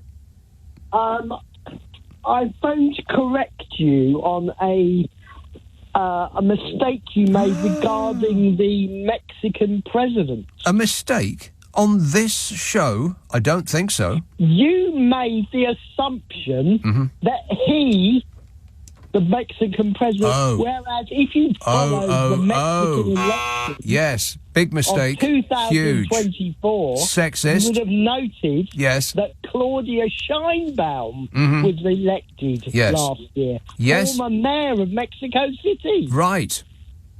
And That's he not a man at all. is doing a fantastic job. Everybody says so. No, she is doing a fantastic... Well, now you're just being offensive, Mark. Me? Never. And can I just say, I've been listening to you for years, and your podcast is fantastic, and I look forward to listening to the next episode. Ah, which one? Oh, well, all of them, obviously. Right. The one with me and Carol? Yeah. Oh, yes. Right. Yes. Yeah. There's a new one, what day is it? Saturday. There's a new one coming out on Monday. Yeah. Well, I appreciate that, Mark. Thanks very much. And you have reminded me, so I will take this opportunity to remind other people. But she's a very interesting woman. Look her up on your Wikipedia. I most certainly will do nothing of the sort. But thanks for the advice. Thanks, Mark. Yeah, I do a podcast with Carol McGiffin. Oh, right, yeah. Now, the idea is that it is a problem-solving podcast, and what we need are problems, but not necessarily something that is, like serious medical issues or something like that, but just conundrums, things you've always wondered about, things you thought, I wonder why that is. Perhaps they are things you have noticed on your average day out, and you've thought, why has that come about? Well, leave it with the unprofessionals. Simply send it to the following address, nickandcarol@global.com, nickandcarol@global.com, and prepare to be totally satisfied. Oh, right, yeah. Ask for it by name on an internet near you. What's your problem with Nick and Carol? Yeah. 0345 6060 973. This says, evening, Nick. Did you see that Rory Stewart has got involved in a SM spat with the Man Baby's deputy? What's an SM spat? You don't mean S and M, do you? What's an SM spat? He says they've got the hump with him because of Rory's low in inverted commas, low IQ. Yeah, that's right. He's a low IQ human being. Everybody says so. All because we know the president is so intelligent, says that message. SM spat is social media spat, according to my glamorous assistant next door. Right. He's involved in a social media spat, not an S&M spat. That makes more sense. Yeah, the guy with all the eyeliner in America, J.D. Vance. You remember J.D. Vance, don't you? No. Yeah, he used to be a thing before Elon Musk came along and usurped him, took his took his seat. Hang on, I'm going to have to... One moment, please. Fresh, delicious water. Boring. It's the stuff of life. Oh, talking about the Man Baby, did you hear that he turned on the taps in California? I mean, this is incredible. Oh, I might get to that in a while. I mean, everything that's happened so far has presaged that the entire human race is in trouble. Because everything that happens over there is also going to affect everybody else. You can try and run and hide, but he's going to catch up with you one way or the other. Hang on. This says, I watched Team America World Police again this evening. Kim Jong-il's character could be Donnie. Yeah, perhaps. Cheshire, hello, John. I the lady who was speaking before about the squirrels in Yorkshire. Yeah. There's a colony in Southport, been there for a very long time, red squirrels. In where? In Southport. Where is that? In Cheshire, just north of Liverpool. Oh, really? Ainsdale. I thought that red squirrels were only on somewhere like the Isle of Wight, something like that, somewhere where grey squirrels couldn't get to unless they swam. No, it's well, you couldn't swim out of Southport. The water's about 3 miles away from you. Yeah. But yeah, there's a colony of red squirrels there, been for years. I think that they could be the last one, but I'm not sure. Well, I think we should give them a hand, don't you? Oh, yeah. Protecting native species and bring back the ones that should be here. Exactly, yes. Because they come over here with their grey tails twitching in trees. Who do they think they are? Yeah, but beavers, is it beavers that are another one? Beavers? Yeah, the ones that make the dams and create dams in the countryside. Yeah, I know what a beaver. I know what a beaver is, but I didn't know that they were. Are they in danger of disappearing? What's taken a beaver's? What's taken a beaver's place? I don't know, but they'd almost disappeared. Right. And then there's a campaign to bring them all back.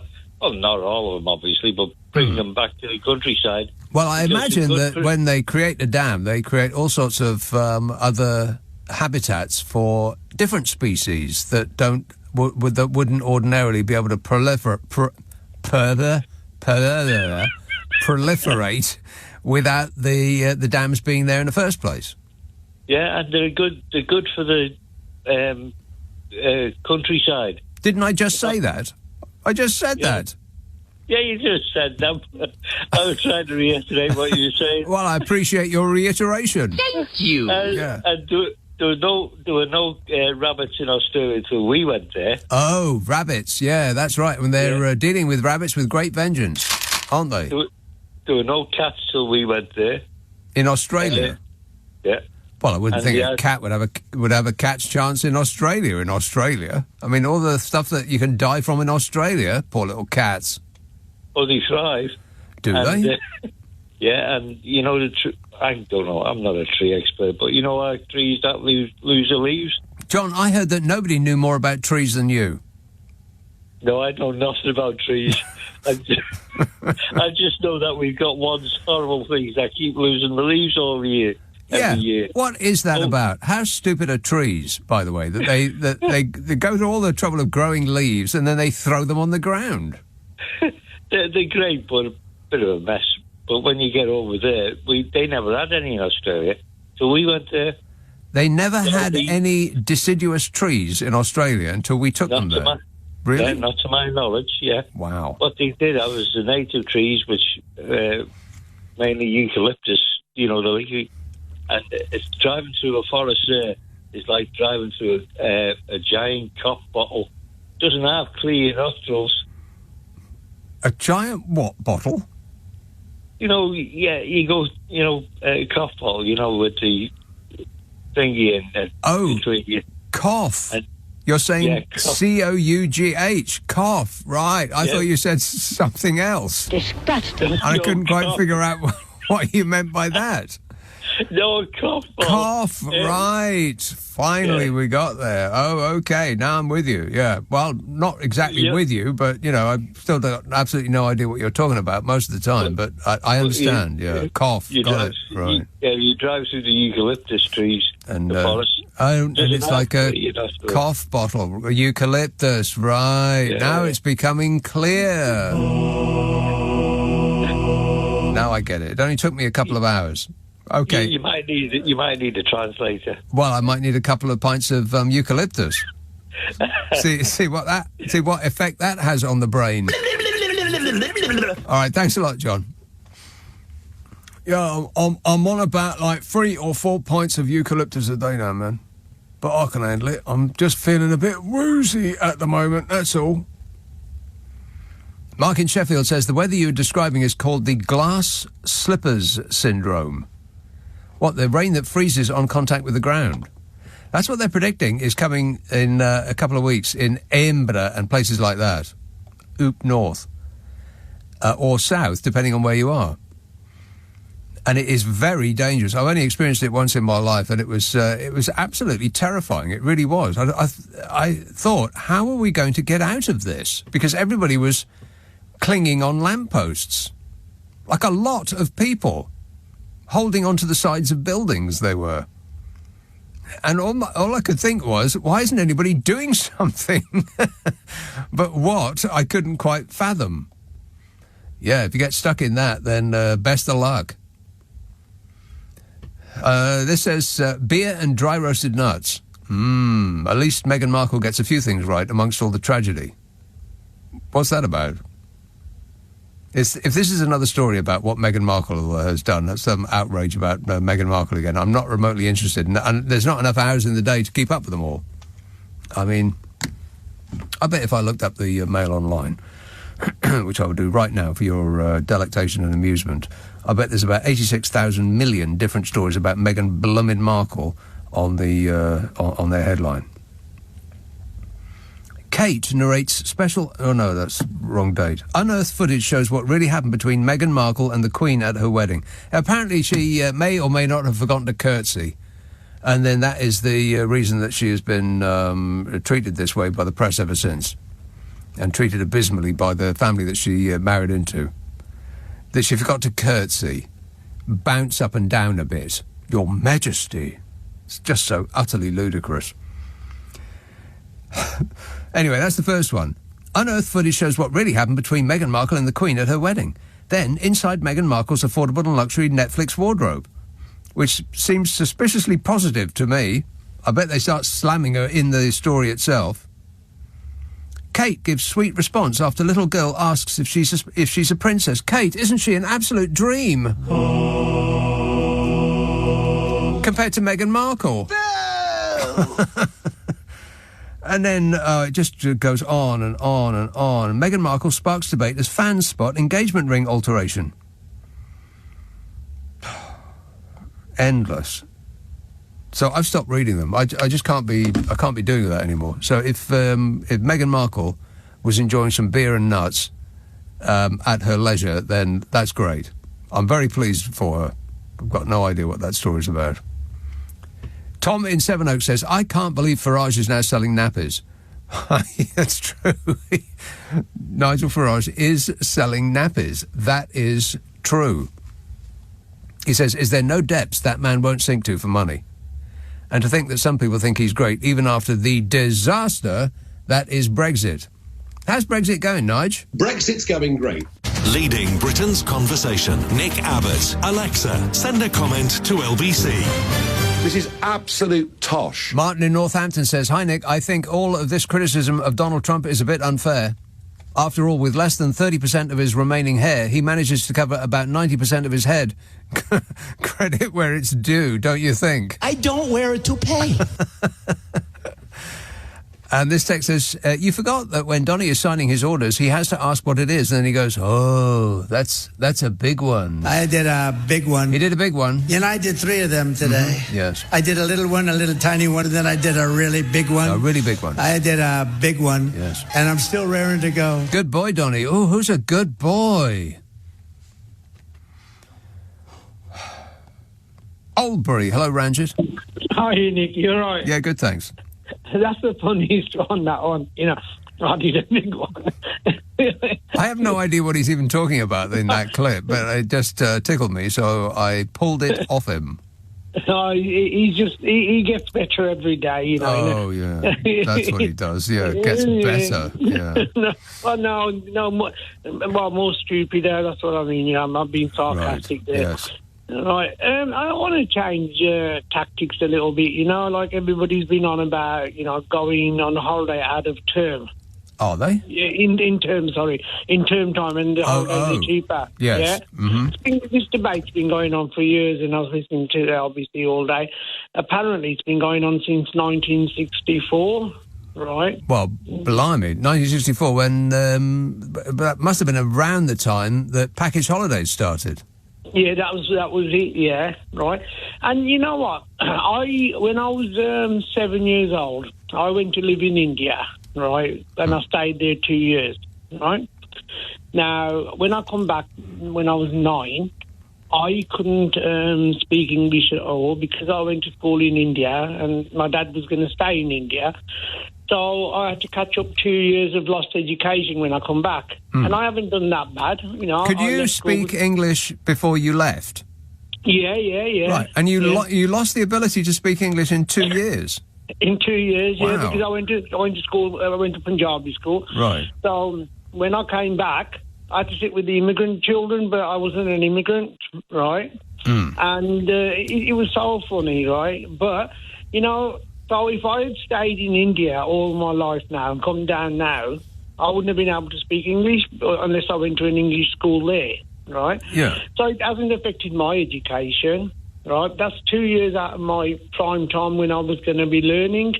Well, didn't you learn anything in the Indian school, though? I did, yeah, Punjabi. But that's it? You know, that was it, Punjabi. They weren't teaching you subjects in Punjabi? Punjabi, no. Well, I was only 9. Then I started teaching those 3 until you're about 12. Do you have a persistent cough? No, not yet. No, you had one, didn't you remember? Yeah. But what I'm saying is, there's a solution, right? So if I was going to go on holiday with my grandson, say in September 27. Yes. Yeah. So why can't I book a holiday now and say, right, I'll pay for it all now, right, at a normal price. Yeah, or whenever when it's the main holiday season. Yeah. And if I cancel, I won't get my money back. So why don't these hoteliers and all these holiday companies do it that way? First come, first serve. Why do they have to be greedy? Well, because they can. But that's exactly it. Up in the Midlands here, the taxi drivers used to charge you double on New Year's Eve. Right. Yeah. When everybody stopped using them, one or two companies turned around and says, right, we won't charge you double, and everybody stopped. So I think what everybody should do, and I'm not anti-business, obviously I run a business myself, yeah, but people should approach these holiday companies and say, listen, you're just being greedy, right, and try and stop it. But like I said last night to you, there's more of us than them. Right? We're going to declare war on holiday companies now. We're going to declare on fish and chip owners. We're going to declare war on everybody, right? Now, this week, right, the fish has gone up nearly 20% just because they've had bad weather up Scotland. What? Right? 20%, yeah. In 1 week?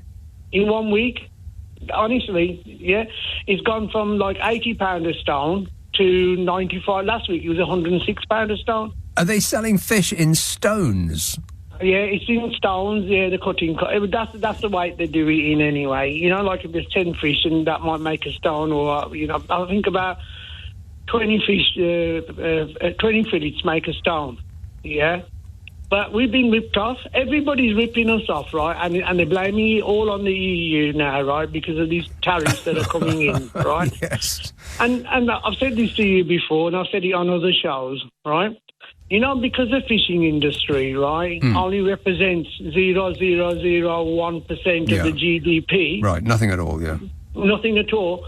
But it affects all the poor people because the fish and chips used to be a poor man's meal, and it ain't no more. That's right. Well, lobster used to be a poor man's meal. Do you remember that? Yeah, well, I'm never. Yeah, but that's what I'm saying. The only times I've had lobster is when I'm in the pub, right, and when they come around selling them in those little baskets, right. So I've never had a whole. You bought a lobster from a bloke in a pub. They have them. They all cut in little bits, ain't they? And we used to say, "Have you?" Well, are they? I've never heard of that. Somebody comes around a pub with cut up bits of lobster, offering them as a snack. Prawns and everything, right? I've never heard that. Right. And you know what? In Birmingham, in the Midlands, right, we can call like somebody, like you say, all right, mate. Yeah. Right. We say, all right, cock.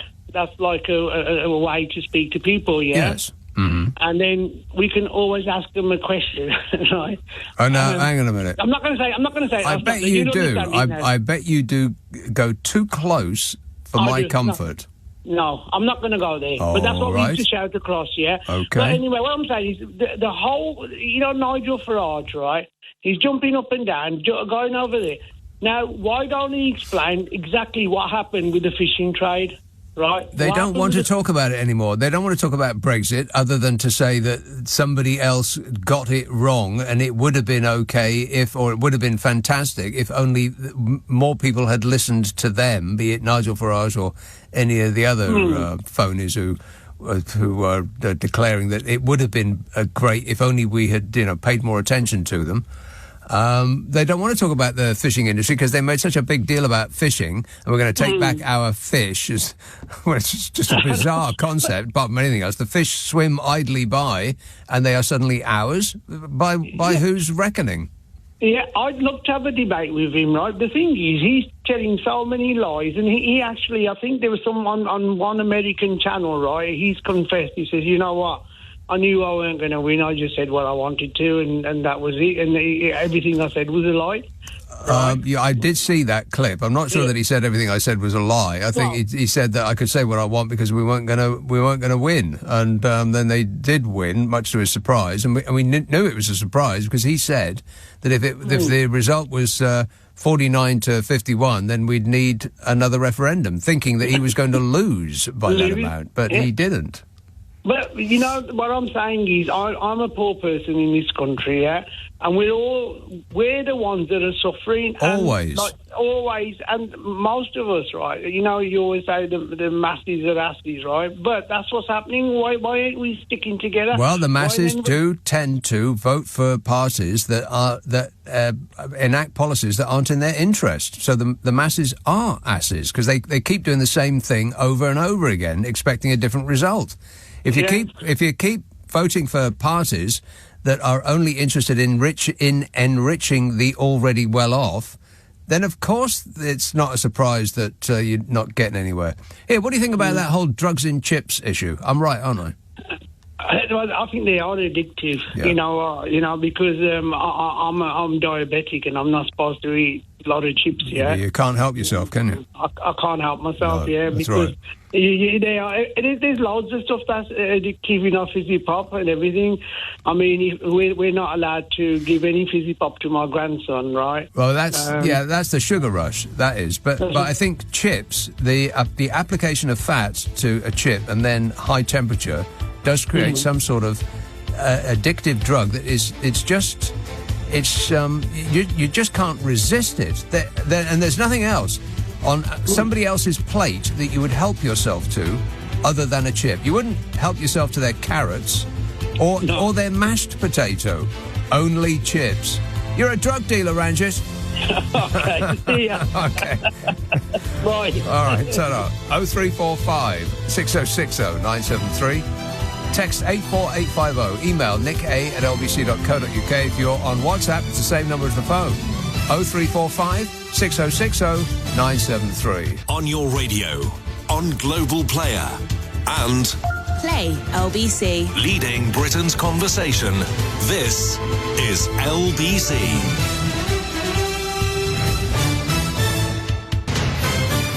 This is LBC from Global, leading Britain's conversation with Nick Abbot. You're joking.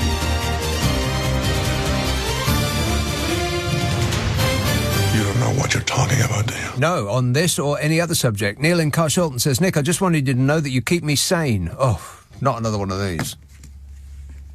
He says, please don't feel any pressure, even though my sanity is riding on it. Yeah, no pressure. He says, in other news, will you stop your relentless criticism of Donald Trump? With you, it's all Trump did this stupid thing or Trump said that stupid thing. Just leave him alone. He's doing his best.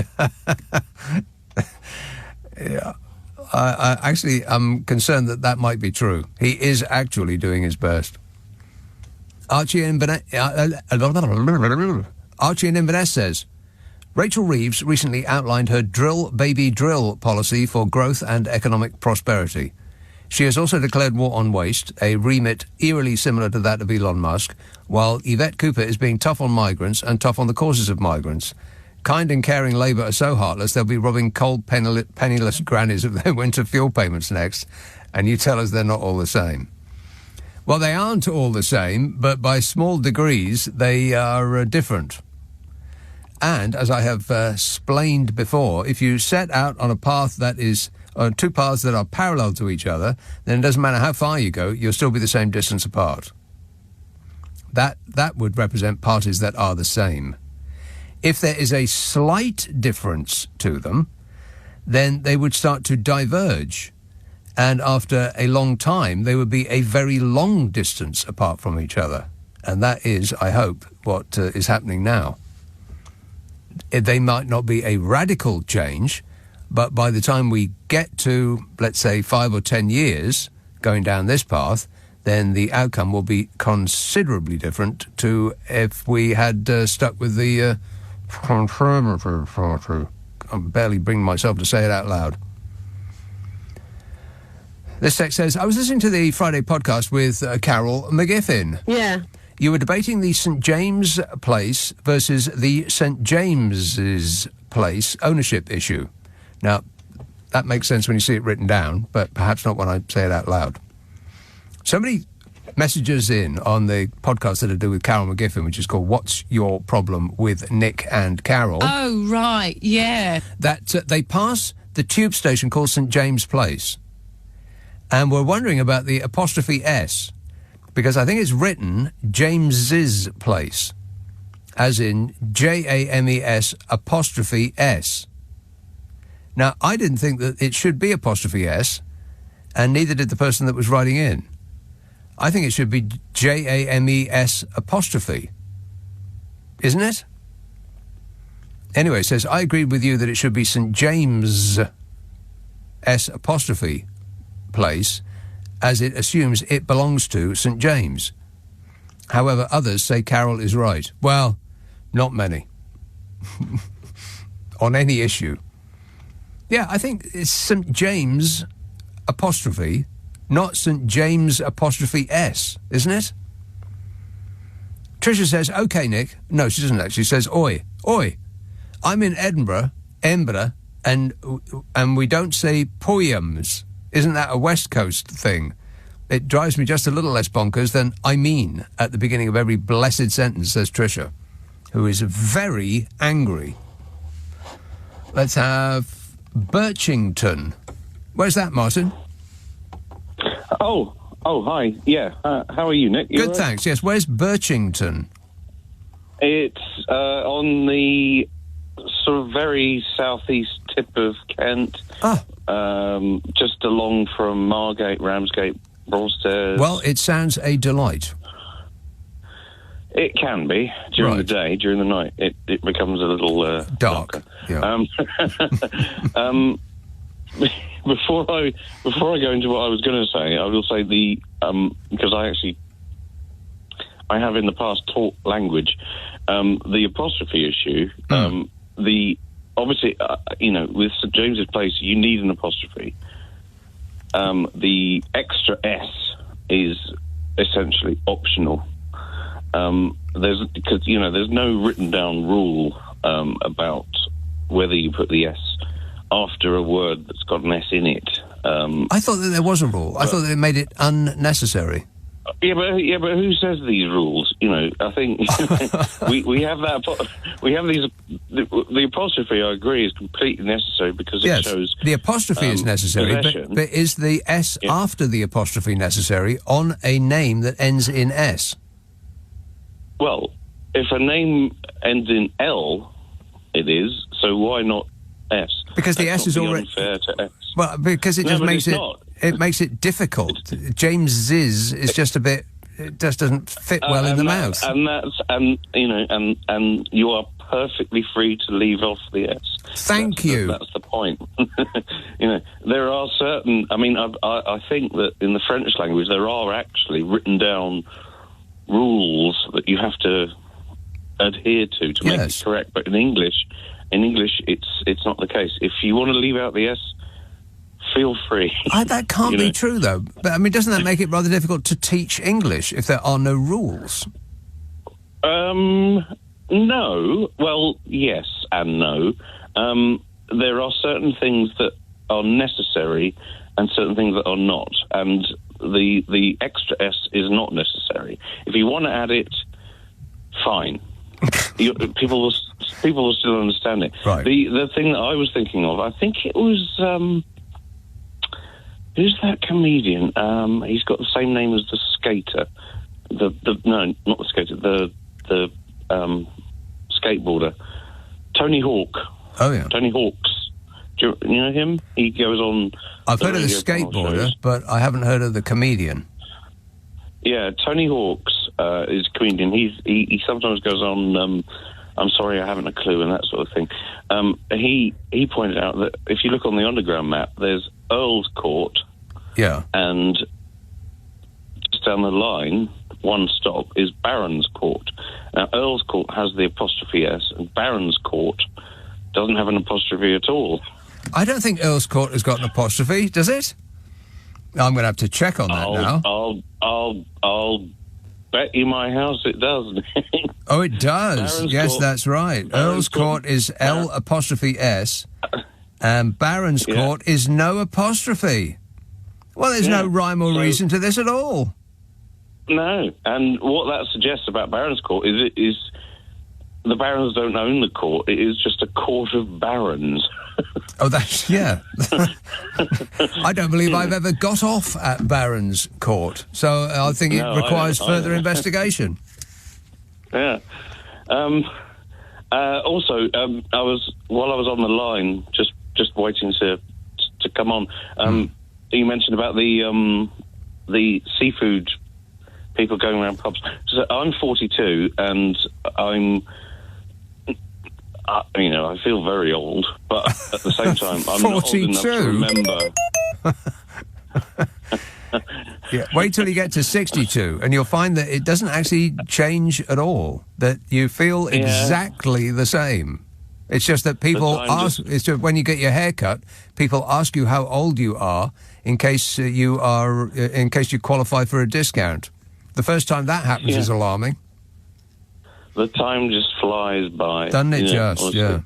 But yeah, I'm not of the generation when that happened, but it was a thing that people did bring round seafood stalls to pubs. That is a fact. Would you buy a prawn from a man in a pub? No.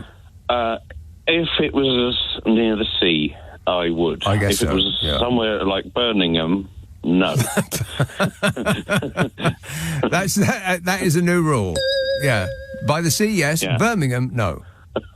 All right, good work. That's it. Because, thanks a lot, Martin. Got to go. Oh, there was more? Oh, I guess we've blathered on, but I just wanted to make a point about the similarities between, because you were talking about Trump and Farage and the EU. I just wanted to bring to bear the similarities that I find in both of them is that they are populists, and that obviously Trump has now achieved the highest achievement you could imagine through populism. Farage has... And cheating. Yes. Okay. But, I mean, I'll say, just for the record, very clearly, I find him an abhorrent human being.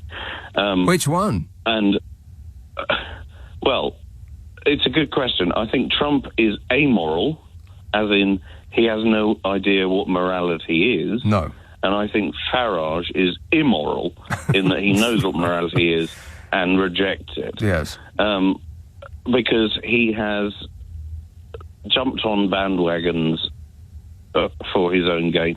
There was a clip I saw online 2, 3, 4 years ago, maybe, where he was called to task by an Irish broadcaster about a cameo video he was paid to do. Yeah.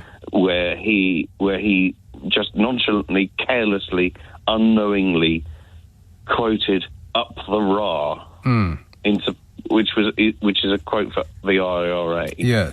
And she brought this up just after he had given his infinite wisdom on the Irish situation and the Irish relationship with Britain. And, it was a video, and you saw the look on his face where that was a man who had definitely been very well and truly caught out. Well, I tell you what, my favourite political interview of all time is James O'Brien versus Nigel Farage on this station, and it happened a few years ago, and James O'Brien, with absolute ease and without breaking a sweat or raising his voice, unpicked Nigel Farage into his constituent molecules and left him a bubbling mess on the floor. It was perfect, and I do believe it is still available on the World Wide Wait. If you wish to be amused, Martin, then I can't recommend it highly enough. James O'Brien versus Nigel Farage. I bet Nigel Farage still wakes up sweating just thinking about it. Martin, I've got to go, but thanks for that. Leading Britain's conversation. Nick Abbott. Alexa, send a comment to LBC. I really like you. Do you like me? Yeah, sure. Why not? Paul in Shoreham says, hi, Nick. As it was the 5th anniversary of leaving the EU this week, I was wondering what your favourite Brexit benefit was. Mine is that we got cheap food and clothes straight away. We could have cheaper food, clothing and footwear straight away. Straight away. Oh, don't you understand? Straight away. And then we didn't. I don't know anything. Yeah, come to find out he didn't know anything. Still not missing you, by the way, in case you were wondering. Ian in Ealing says, have you heard any of those AI reworkings of classic rock albums from the 1970s? Worked as though they were recorded in the 40s and 50s. Scary but fascinating. No, I have not. And neither, I think, do I want to. I think we have to stop AI taking over absolutely every part of our lives. I mean, it will do pretty much any job, I would imagine, that is currently done by a human being interacting with a computer. But let's try and keep art for humans, because otherwise, what the hell are we going to be doing for a living? I mean, at least you can retrain, to a certain extent, to train AI until it gets so smart that it can train itself, and then all of those coders will be out of work, which doesn't leave very much for human beings to do, does it? And the thing is, all of the jobs that AI eventually, and when I say eventually used to be at some distant point in the future. Now it could be next week. I mean, the progress is blindingly fast. I mean, just look at the NVIDIA stock. It was one of the, if not the richest company on the planet by share value. And I think they just lost something like $600 billion off their share value because the Chinese came up with AI that could be made for threepence halfpenny as opposed to $600 billion, which is what it costs now. I know it doesn't cost that amount, but, I'm just being extreme for a comic effect. I think it was the biggest share price loss in the history of commerce, that NVIDIA stock, and no one saw it coming. No one at all. People were rocked back in their chairs, stunned they were. And so that's the speed of pace. Even the people who are at the forefront, at the cutting edge, they can't see the revolution coming their way. So it's going to take all of our jobs, and pretty quickly, I bet.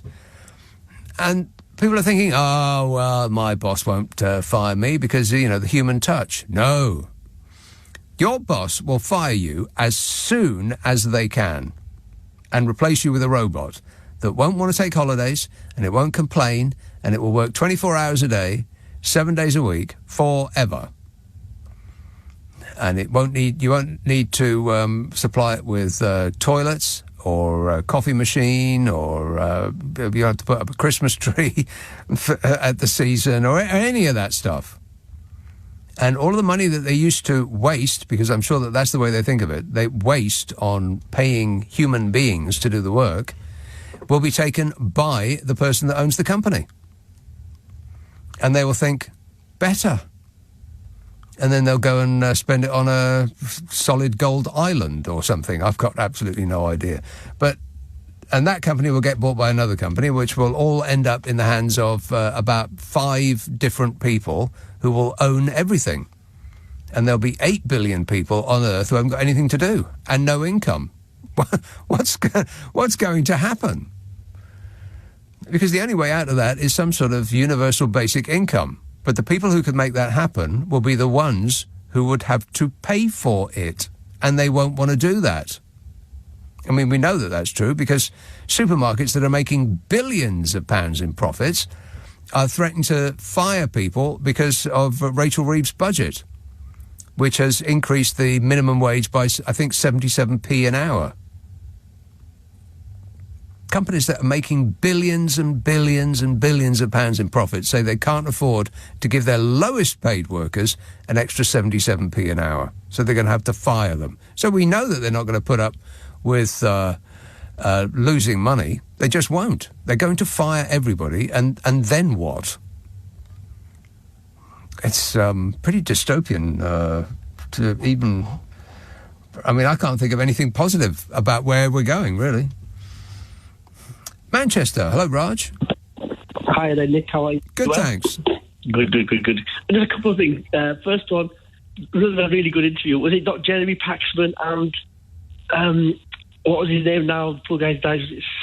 Nigel Farage? No, when he keeps saying to him, did you threaten to sack him? And he keeps saying it again and again, and it goes on for like 2 or 3 minutes. Can you remember? It's quite an old... I think he was called Mike Smith. He's passed away, he has. He was leader of... I think he was leader of the opposition for a while.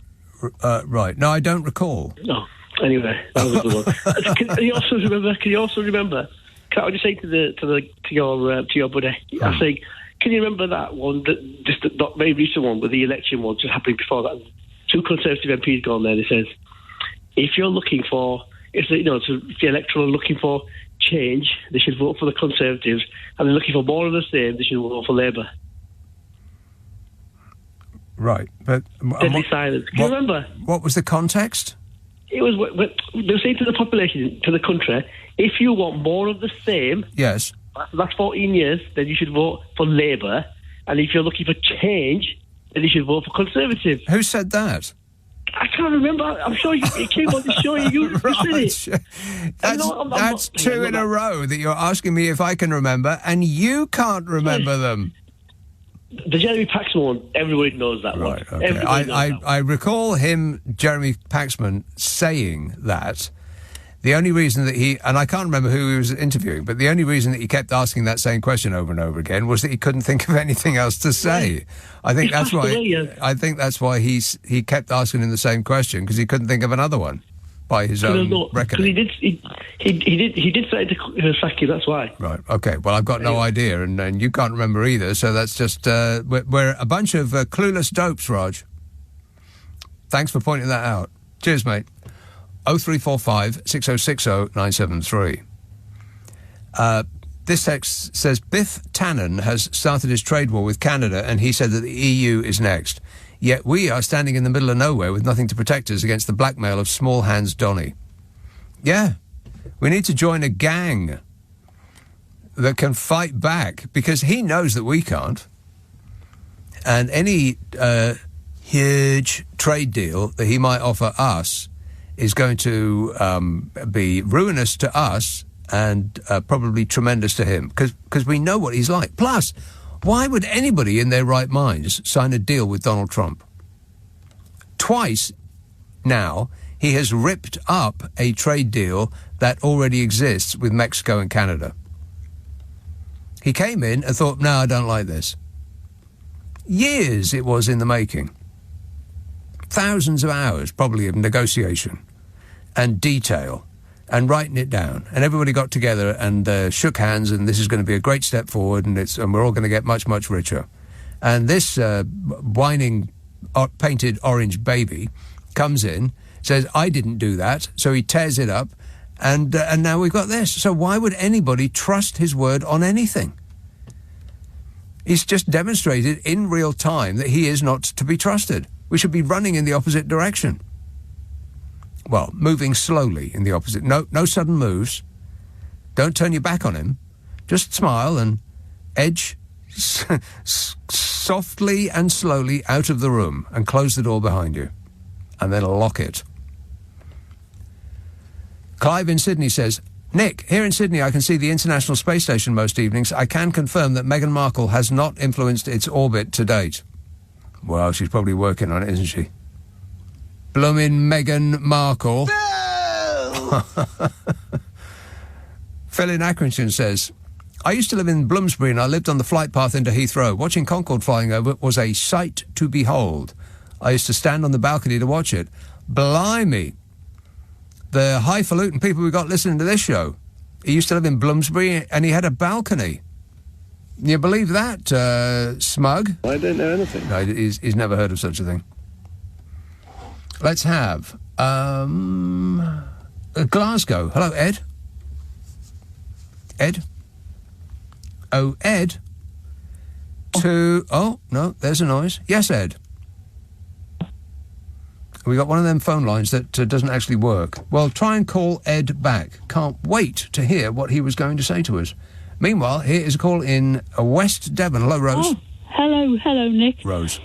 Well, I just want to say something about squirrels. But first of all, the whole AI thing, and what's coming.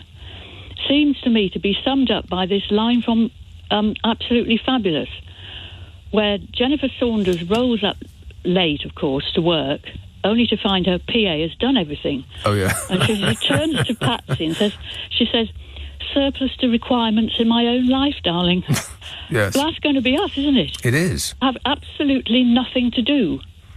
And I don't know what's going to happen then, because bosses will not hesitate to fire everybody, which will, if it means that they can take all of their wages and just give it to themselves. Yeah. They won't pause a breath before doing that, which means that millions, if not billions of people aren't going to have anything to do anymore. No, and everything at home will be done by robots too. No doubt. So then what? I mean, the only way out of it, and to keep the economy going, is to pay people to do nothing, this universal basic income thing. But it's going to have to be of a sufficient amount that people will be able to go out and buy luxurious things. Otherwise, the luxury industry will just collapse and die. And then, the high street, like clothes, for instance. I mean, if you're not making... I've got no idea, but if you're not well off, then you ain't going to afford Giorgio Armani, and if you're not making an average wage, then you won't be able to afford Zara, and so all of that will go. The high street, everything is going to go unless people maintain the income. But the people who would be able to make that happen are going to be the ones that are controlling all of the money that they have just given to themselves. And we don't have to wonder whether they're going to be that greedy, because look at them. All of the tech bros, all of the richest people in the world have debased themselves in front of Donald Trump in order to make more money. They could be up all night for the rest of their lives, 24 hours a day, trying to spend as much money as they possibly could, and they would still not get through the money they already have, and all they're concerned about is making more of it. So we know about greed. That will never stop. So I just don't know where we're going, really. And it's going to happen real quick. Yeah, it is, isn't it? Yeah, well, shall I say what I want to say about squirrels? Oh, yes. Yes.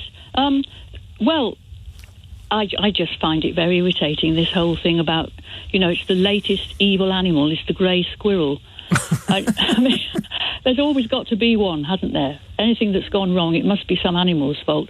And they people a few years ago put out this idea that it was a tree rat to sort of justify poking their nests out and doing things that these sort of people love to do. I've never seen a squirrel's nest. Do they have nests? No, I haven't either. They're called drays. But it is very interesting, though, because I did find out about it. It happened some years ago. The red squirrels, we've lost largely because we've got rid of so many coniferous forests. They're very plentiful in Scandinavia, the red squirrels. Are they? Oh, yeah.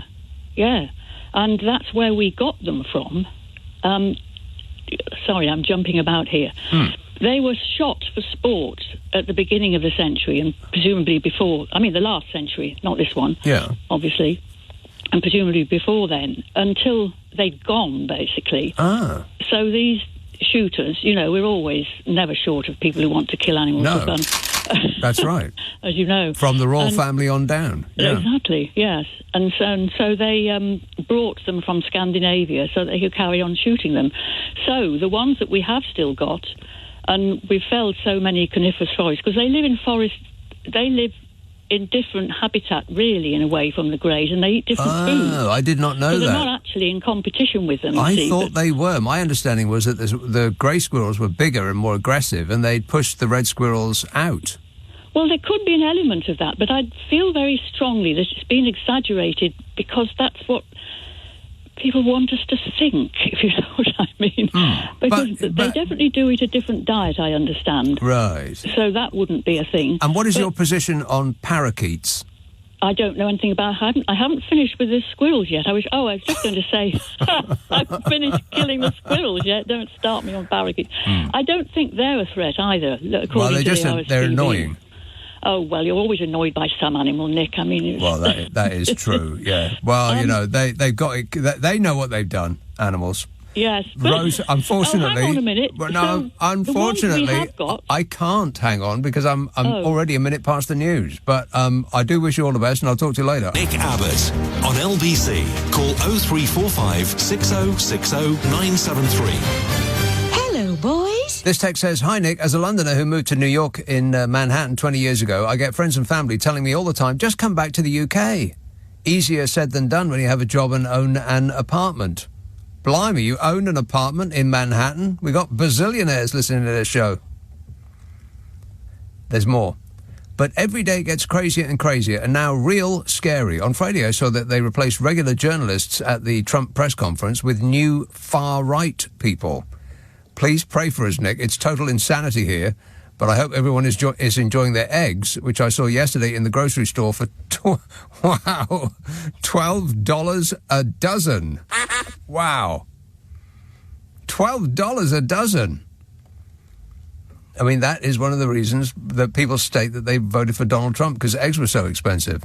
How's that whole Donald Trump thing working out for you so far? Oh, fabulous. Yeah, they're all crying on the internet about, I didn't think it was going to affect me. I voted for him to be cruel to other people, not me. So many of those videos. No sympathy. Zero. This says, a picture of Trump has been banned on Facebook for editing his hairline to show more scalp. The picture actually has not been edited. Zuckerberg is scaring me. Help.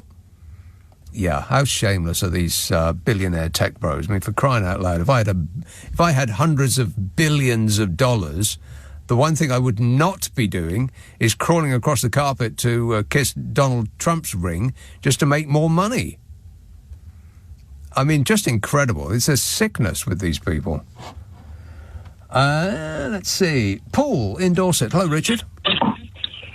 Hi. How you doing? Good, thanks. Oh, gosh. I don't know where to start there, mate. Well, can you come a bit closer to the phone? Yeah, I'm there now. There you are. Yeah, there are. First of all, I just want to say, I think listening to you is like sitting in the pub with 6 or 7 of your mates having an absolute laugh. I think you're brilliant. Well, thanks, Richard. Would I be wrong in thinking that you have just come from the pub? I have just come from the pub, yeah. Yes. Just come from the pub. Booze. Mm-hmm. What I was going to say to you... Richard, please speak directly into the phone. I am. No, you're not. Go on. I am. There you are. Yes, that's better. Yeah, I promise you I am. You know, you were talking about would you buy a prawn from a man in the pub? Yes. Right. Well, I'm of a similar vintage to you, and I come from Bristol originally, which is scrumpy country. Yes. So these dear old boys who are, 60 plus, years and years ago, on Saturdays used to go out and catch snails, stick them in vinegar, and then take them round the pub. Oh. That's horrible. People love them with a scrumpy and a couple of pickled snails. That just sounds absolutely revolting. Well, it was. I mean, real cider is pretty revolting as it is. I mean, it's like dishwater. It's not that fizzy, sugary pop stuff that you buy in an off-licence. Real cider is horrible. Yeah. Horrible, yeah. So that's a no and a no in that order from me. But I appreciate the offer. Snails and cider. No thanks. All right, Richard, I've got to go, but thanks for that.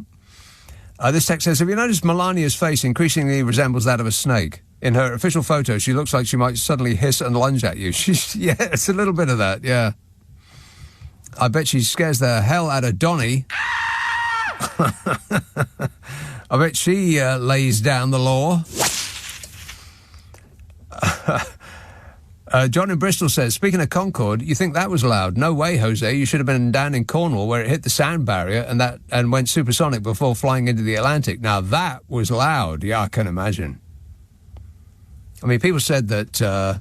I remember people complaining at the time that they were bringing Concorde in. They thought, oh, this is way too loud. And so I think they fudged it, didn't they? They stripped the plane of all of its contents so that it didn't have to pull so hard, and then flew it at just the precise speed at which it was as quiet as it possibly could be, none of which resembled how it was going to be, but they passed this test and then could make those flights from that moment on. But it was... I guess all jet planes are incredibly loud, but this one... It was almost as though you were in the same field as it, and it was flying above you by quite some considerable distance. Never heard anything quite that loud in my life. Somebody should do something about the noise of jets. Why haven't they done that yet? Norbury. Hello, Tony. Yes, hello, Nick. Tony. How you doing? Good, thanks. Yeah, I just want to go back to 5 years Brexit. Hasn't been great, has it? Well, I've had better. Yeah, just going back to the conversations that James O'Brien had with Bodge and also Nigel with, Farage. Nigel Farage. Yeah. And also with Bodge. Right. You called him. I didn't. Yeah. I haven't heard that one of those interviews. No, I assume that there's more than one. Well, I mean, I had both interviews with Nigel Farage and with Mr. Blobby, well. Yes. Mm-hmm. Yeah. And I think James O'Brien had his pants pulled down both of them, really. Really? I don't think you listened to it, Tony. Because if you did, then you would not have come to that conclusion. So I think you're a faker. As in... Liar! Yeah. No, not buying that. Better luck next time. This says, when is Donald Trump going to take that mask off and finally reveal that he's been Meghan Markle all along? I knew it! Highly suspicious. This says, stop criticising Keir for appeasing Trump. Country first, dignity second. If Keir avoids tariffs that may hurt our economy by cozying up to Trump, then I would say thank you. Yeah, I guess so. Yeah.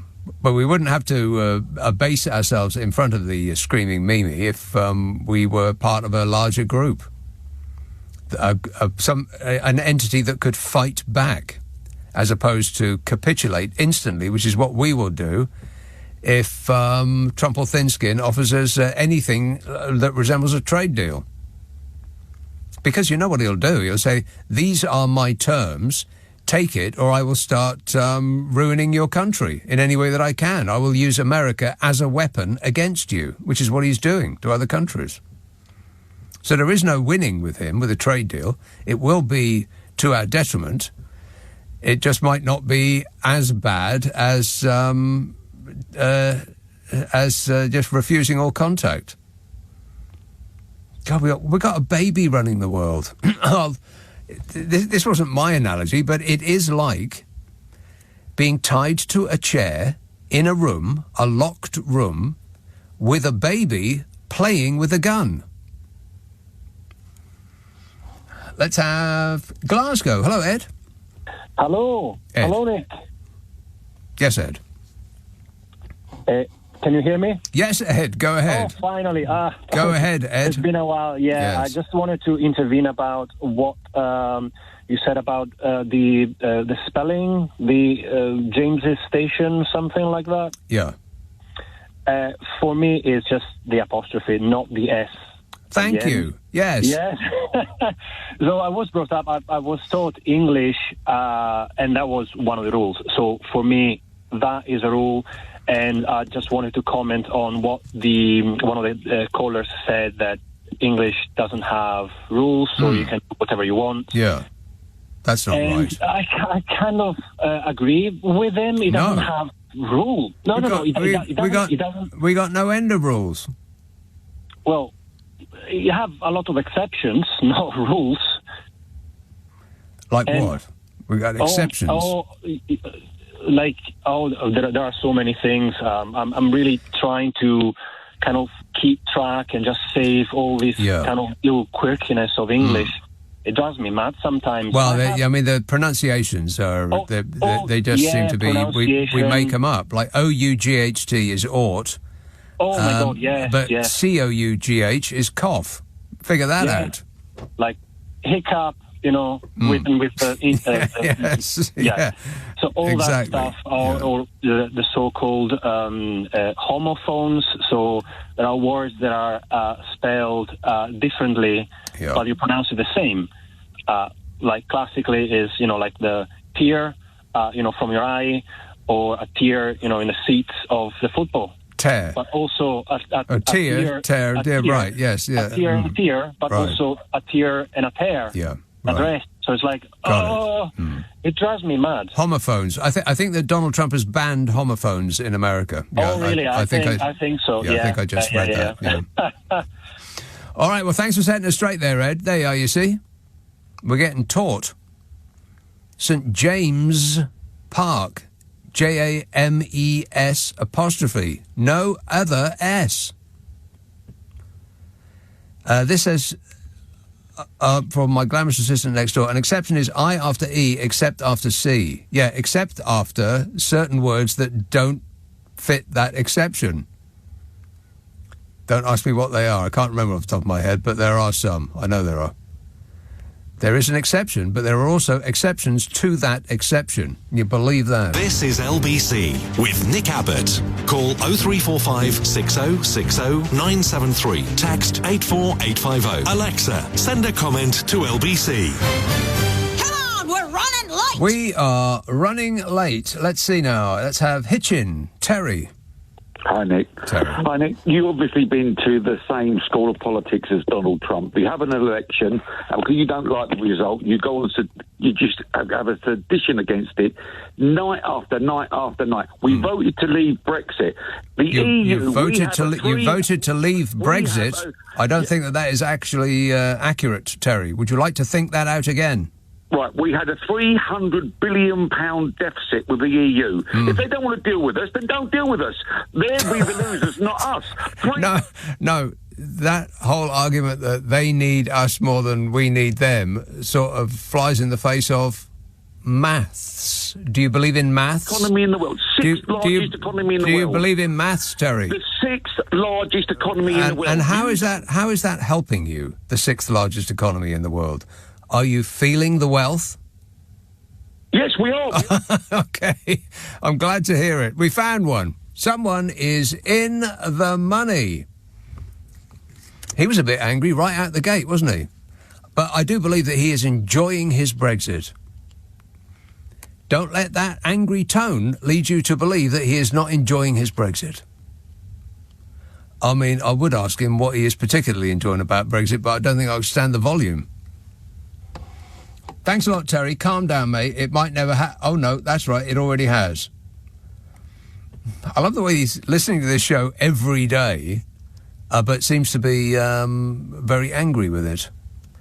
If I was listening to a radio programme that made me angry, I would turn it off. But that's just me. Leighton Buzzard. Hello, Lucy. Lucy? Too late. Let's have West Ham. Adrian. Hello, Nick. Adrian. Thanks for taking my call. Yeah, I just want I had a bit of a revelation. Maybe it's not that revelation to everyone else, but Nigel Farage, I think people don't see him as bonkers as Trump, is because Trump will tell lies, whereas I think Farage, he tells half-truths. Oh, I think Nigel Farage is way more intelligent than Donald Trump. Well, I think he knows the truth, but he'd only tell half of it that people who don't think will believe. Because I was listening to that clip that you played where he's talking to Lewis Goodall, and he's saying about Elon Musk, if you don't take him seriously, he's got no influence. Which is half true. If you don't take him seriously, you've got no influence on him. If you take him seriously, he's got influence. Like, the whole inquiry that kicked off because he mentioned this grooming gang. You know what I mean? Well, of course he has influence because he has the biggest megaphone in the world with X. That's the thing. Nigel Farage will tell people the half of the truth that will irritate them or make them angry, rather than, you know what I mean, the whole truth. Because people don't look at the whole picture and they're only given half of it, that's what they'll believe. You know? Well, I think that Donald Trump is like a rhinoceros and he'll just blast through everything that's in front of him, whereas Nigel Farage is a bit more sly, like a fox. Exactly. One more thing about Nigel Farage is he keeps saying about, it's a cover-up, we weren't told us information about this, blah, blah, blah, blah, blah. And I think, when has everyone wanted to know all the details about cases? Well, yes, but very specific cases, that one in particular, and no other that are anything like it. And, by the way, what the hell's it got to do with him? Why doesn't he just mind his own business and let the course of events, come to fruition? Well, I thought a cover-up was something where something went wrong and the government are trying to hide something. Basically, if it's successful, the guy got arrested, he's in prison, but they're still asking for an inquiry, and they still want more information. They're just milking it for as much as, for all that they can. Like I said, wily like a fox. Yeah. All right, thanks a lot, Adrian. This text says, Ringo is the best drummer in history. Oh, come off it. No, he's not.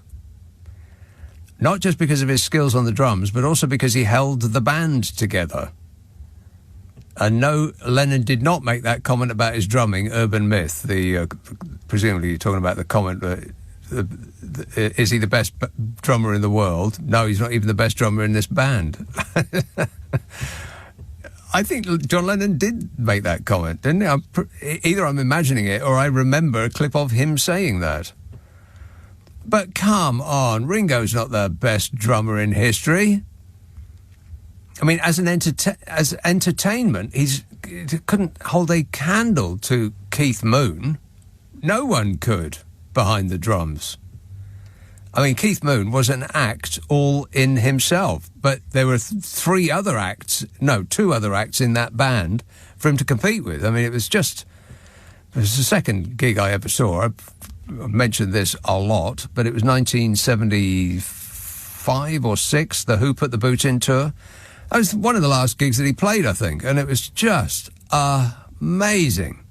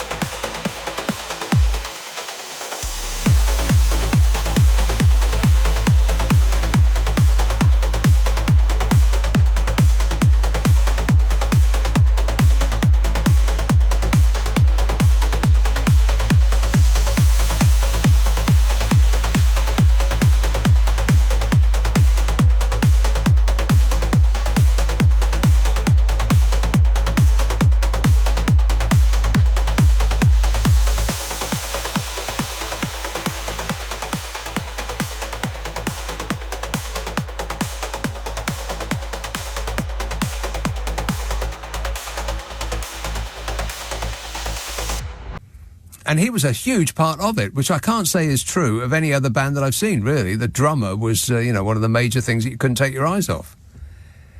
And if you've seen the Apple documentary of... It's about 9 hours long. It's just them doing whatever album it was. Let It Be. I can't remember what the documentary was called. Maybe it was Let It Be, something like that. And Lennon and McCartney were telling Ringo what to play. Now, whether that was just an isolated incident, I don't know. But people say about Ringo, he's got these great, drum fills, and he could have done, this. I'm not musically minded, so I don't really know. But he could have done it this normal way, but he didn't do it like that. He did it this sort of odd way. And I wonder if Lennon and or McCartney just told him to do it that way, whether he didn't actually come up with that stuff at all. But, if you're going to be hanging around with Lennon and McCartney, then some of that guilt is going to rub off on you, isn't it? Richmond, Chloe. Hello. Chloe. I would like to weigh in on the St James and apostrophe debate. Yes, please. Okay, so an apostrophe after an S is when the word in question is a plural. So cat, apostrophe S, there's one cat. Cat, with an apostrophe at the end, there are more than one cat. So you can write St James with an apostrophe by itself, because that's a convention. But in theory, you need the extra S because St James is not a plural. And if I remember rightly, when they were doing the tube, I can't remember exactly, but when they were doing the tube maps, there was a big argument about it, and somebody just decided to do it that way. They thought, right, to hell with it, I'm just going to do it my way, like Frank. Exactly. Huh. So by convention, you should put the extra S at the end of it, but because it's a right old malarkey, lots of people don't. So there you go. That's what it is. So if it's if the S on the end of a word is because it's plural, then it simply has an apostrophe after it and requires no extra S. If it is a name or word that ends in S and is not a plural, then it gets an apostrophe S on the end. Yes. Yeah. So it goes S apostrophe S. Yes. That sounds about right to me. Yeah, that sounds right. Because James is not a plural. No. But by convention, because it's a pain in the proverbial, lots of people don't put the extra S because it looks weird. How do you explain the very nearby Baron's Court, which has no apostrophe at all? Because that is another weird thing. I can't remember that. I did know that. That's something because it's not actually a plural. It's not the court belonging to the barons. Right? So if it was the court belonging to barons, then it would be Baron apostrophe S. Yes. But it's not. It's something to do with it not being the court belonging to the barons, if you see what I mean. It's just the barons' court. Oh, so the area for hang on a minute, let's stop talking over each other. The area for some reason used to be called Barons. Maybe it used to be Barren. Something like that, yeah. Because and it's then just not, got misspelled. So it's not a possessive apostrophe. Right. When you have Baron apostrophe S, the thing that came after it would mean the thing belonging to the Baron. Yeah. Yeah. So that means that barons is not what we think it means. It means something else that we haven't quite divined yet. Yeah. Right. I can't remember exactly, but it's something to do with it not being possessive. Right. Okay. Wow, I feel that we've really learned something, which is not why I come to work. I'm writing a book at the moment. Oh yeah. And I'm hot on spelling, punctuation, and grammar. Right. So I'm here writing away in the middle of the night and doing my head in. Well, thanks for taking a break and setting us straight. Good work. Thanks a lot, Chloe. An expert. Every now and again, this show is educational, no? Yes. It actually is. Almost by accident. By accident. By accident. By accident. By accident. By accident. By accident. By accident. By accident. By accident. By accident. By accident. By accident. By accident. By accident.